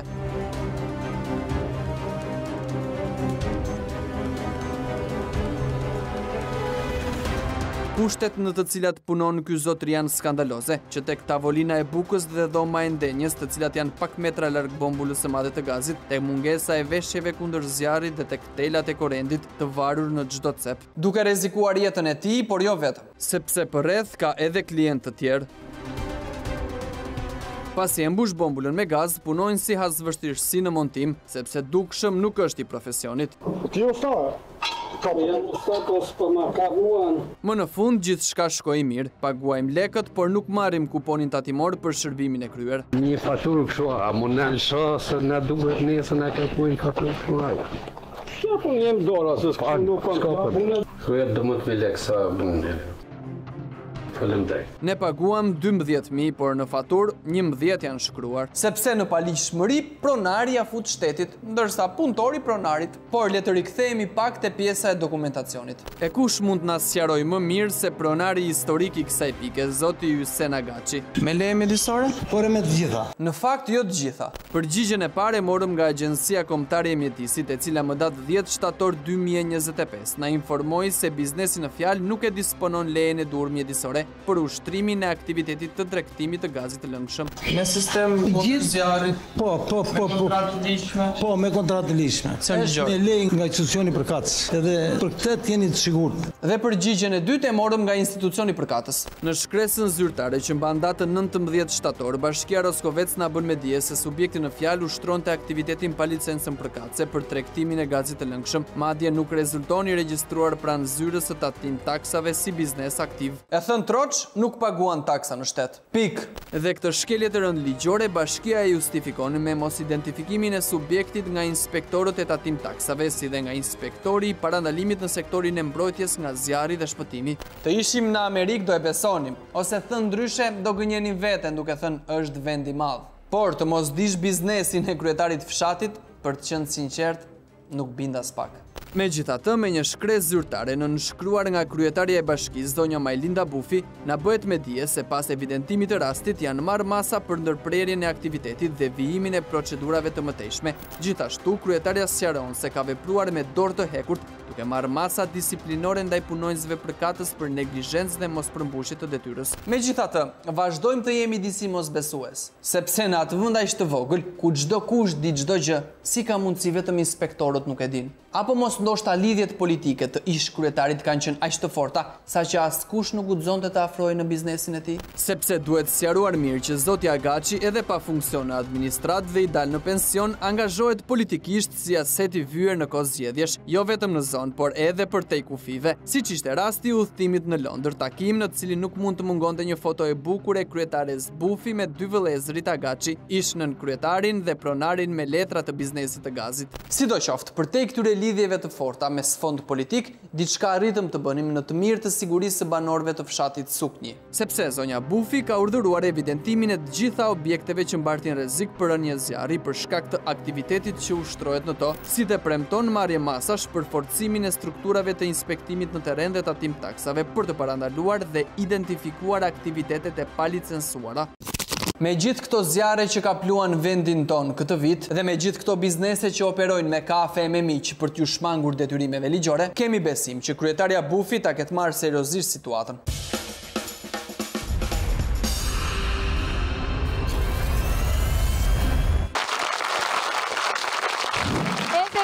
Vini do vazhdojnë të mbajnë baterit, kam përshtypjen edhe për një javë tjetër, në mbëritëm në fund të Piranjave për sot, ka qenë një natë jashtëzakonshme këtu te Piranja dhe Vin dua të të falenderoj vërtet nga zemra sepse ishte shumë kënaqësi të ndaja skenën me ty. Ishte një kënaqësi shumë e madhe dhe për mua, me thënë drejtën, unë këtu erdha me një tjetër qëllim, erdha me qëllimin për t'ju sabotuar emisionin për ato që më keni bërë me kamerën e fshet. Jo, shiko, ne. Por jam artist. Dhe nuk dhe jam shumë dashamirës, kështu që jam kënaqur shumë. Faktikisht prisja që ta kisha pak më të vështirë, sepse gjithmonë në hera e parë është pak më e vështirë, më e dhimbshme, po janë dola. Faleminderit edhe një herë Vin. Tani tradita e do që ti syzet i ke vënë, që janë karakteristike jona. Po, tradita e do që unë të ikë tani dhe të marrja 2 kamera me vete të fusë makinë. Jo, prit ke një fjali. Ne kemi vritur në fund të Piranjave, do të shihem javës tjetër, deri atëherë kujdes. Piranjat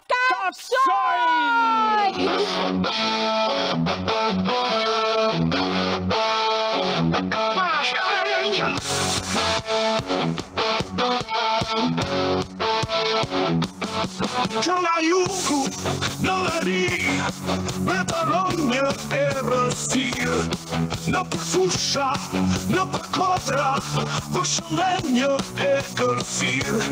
Pra pura, haj pini, orë qast, për që kallim në të herët, a festet e një rast.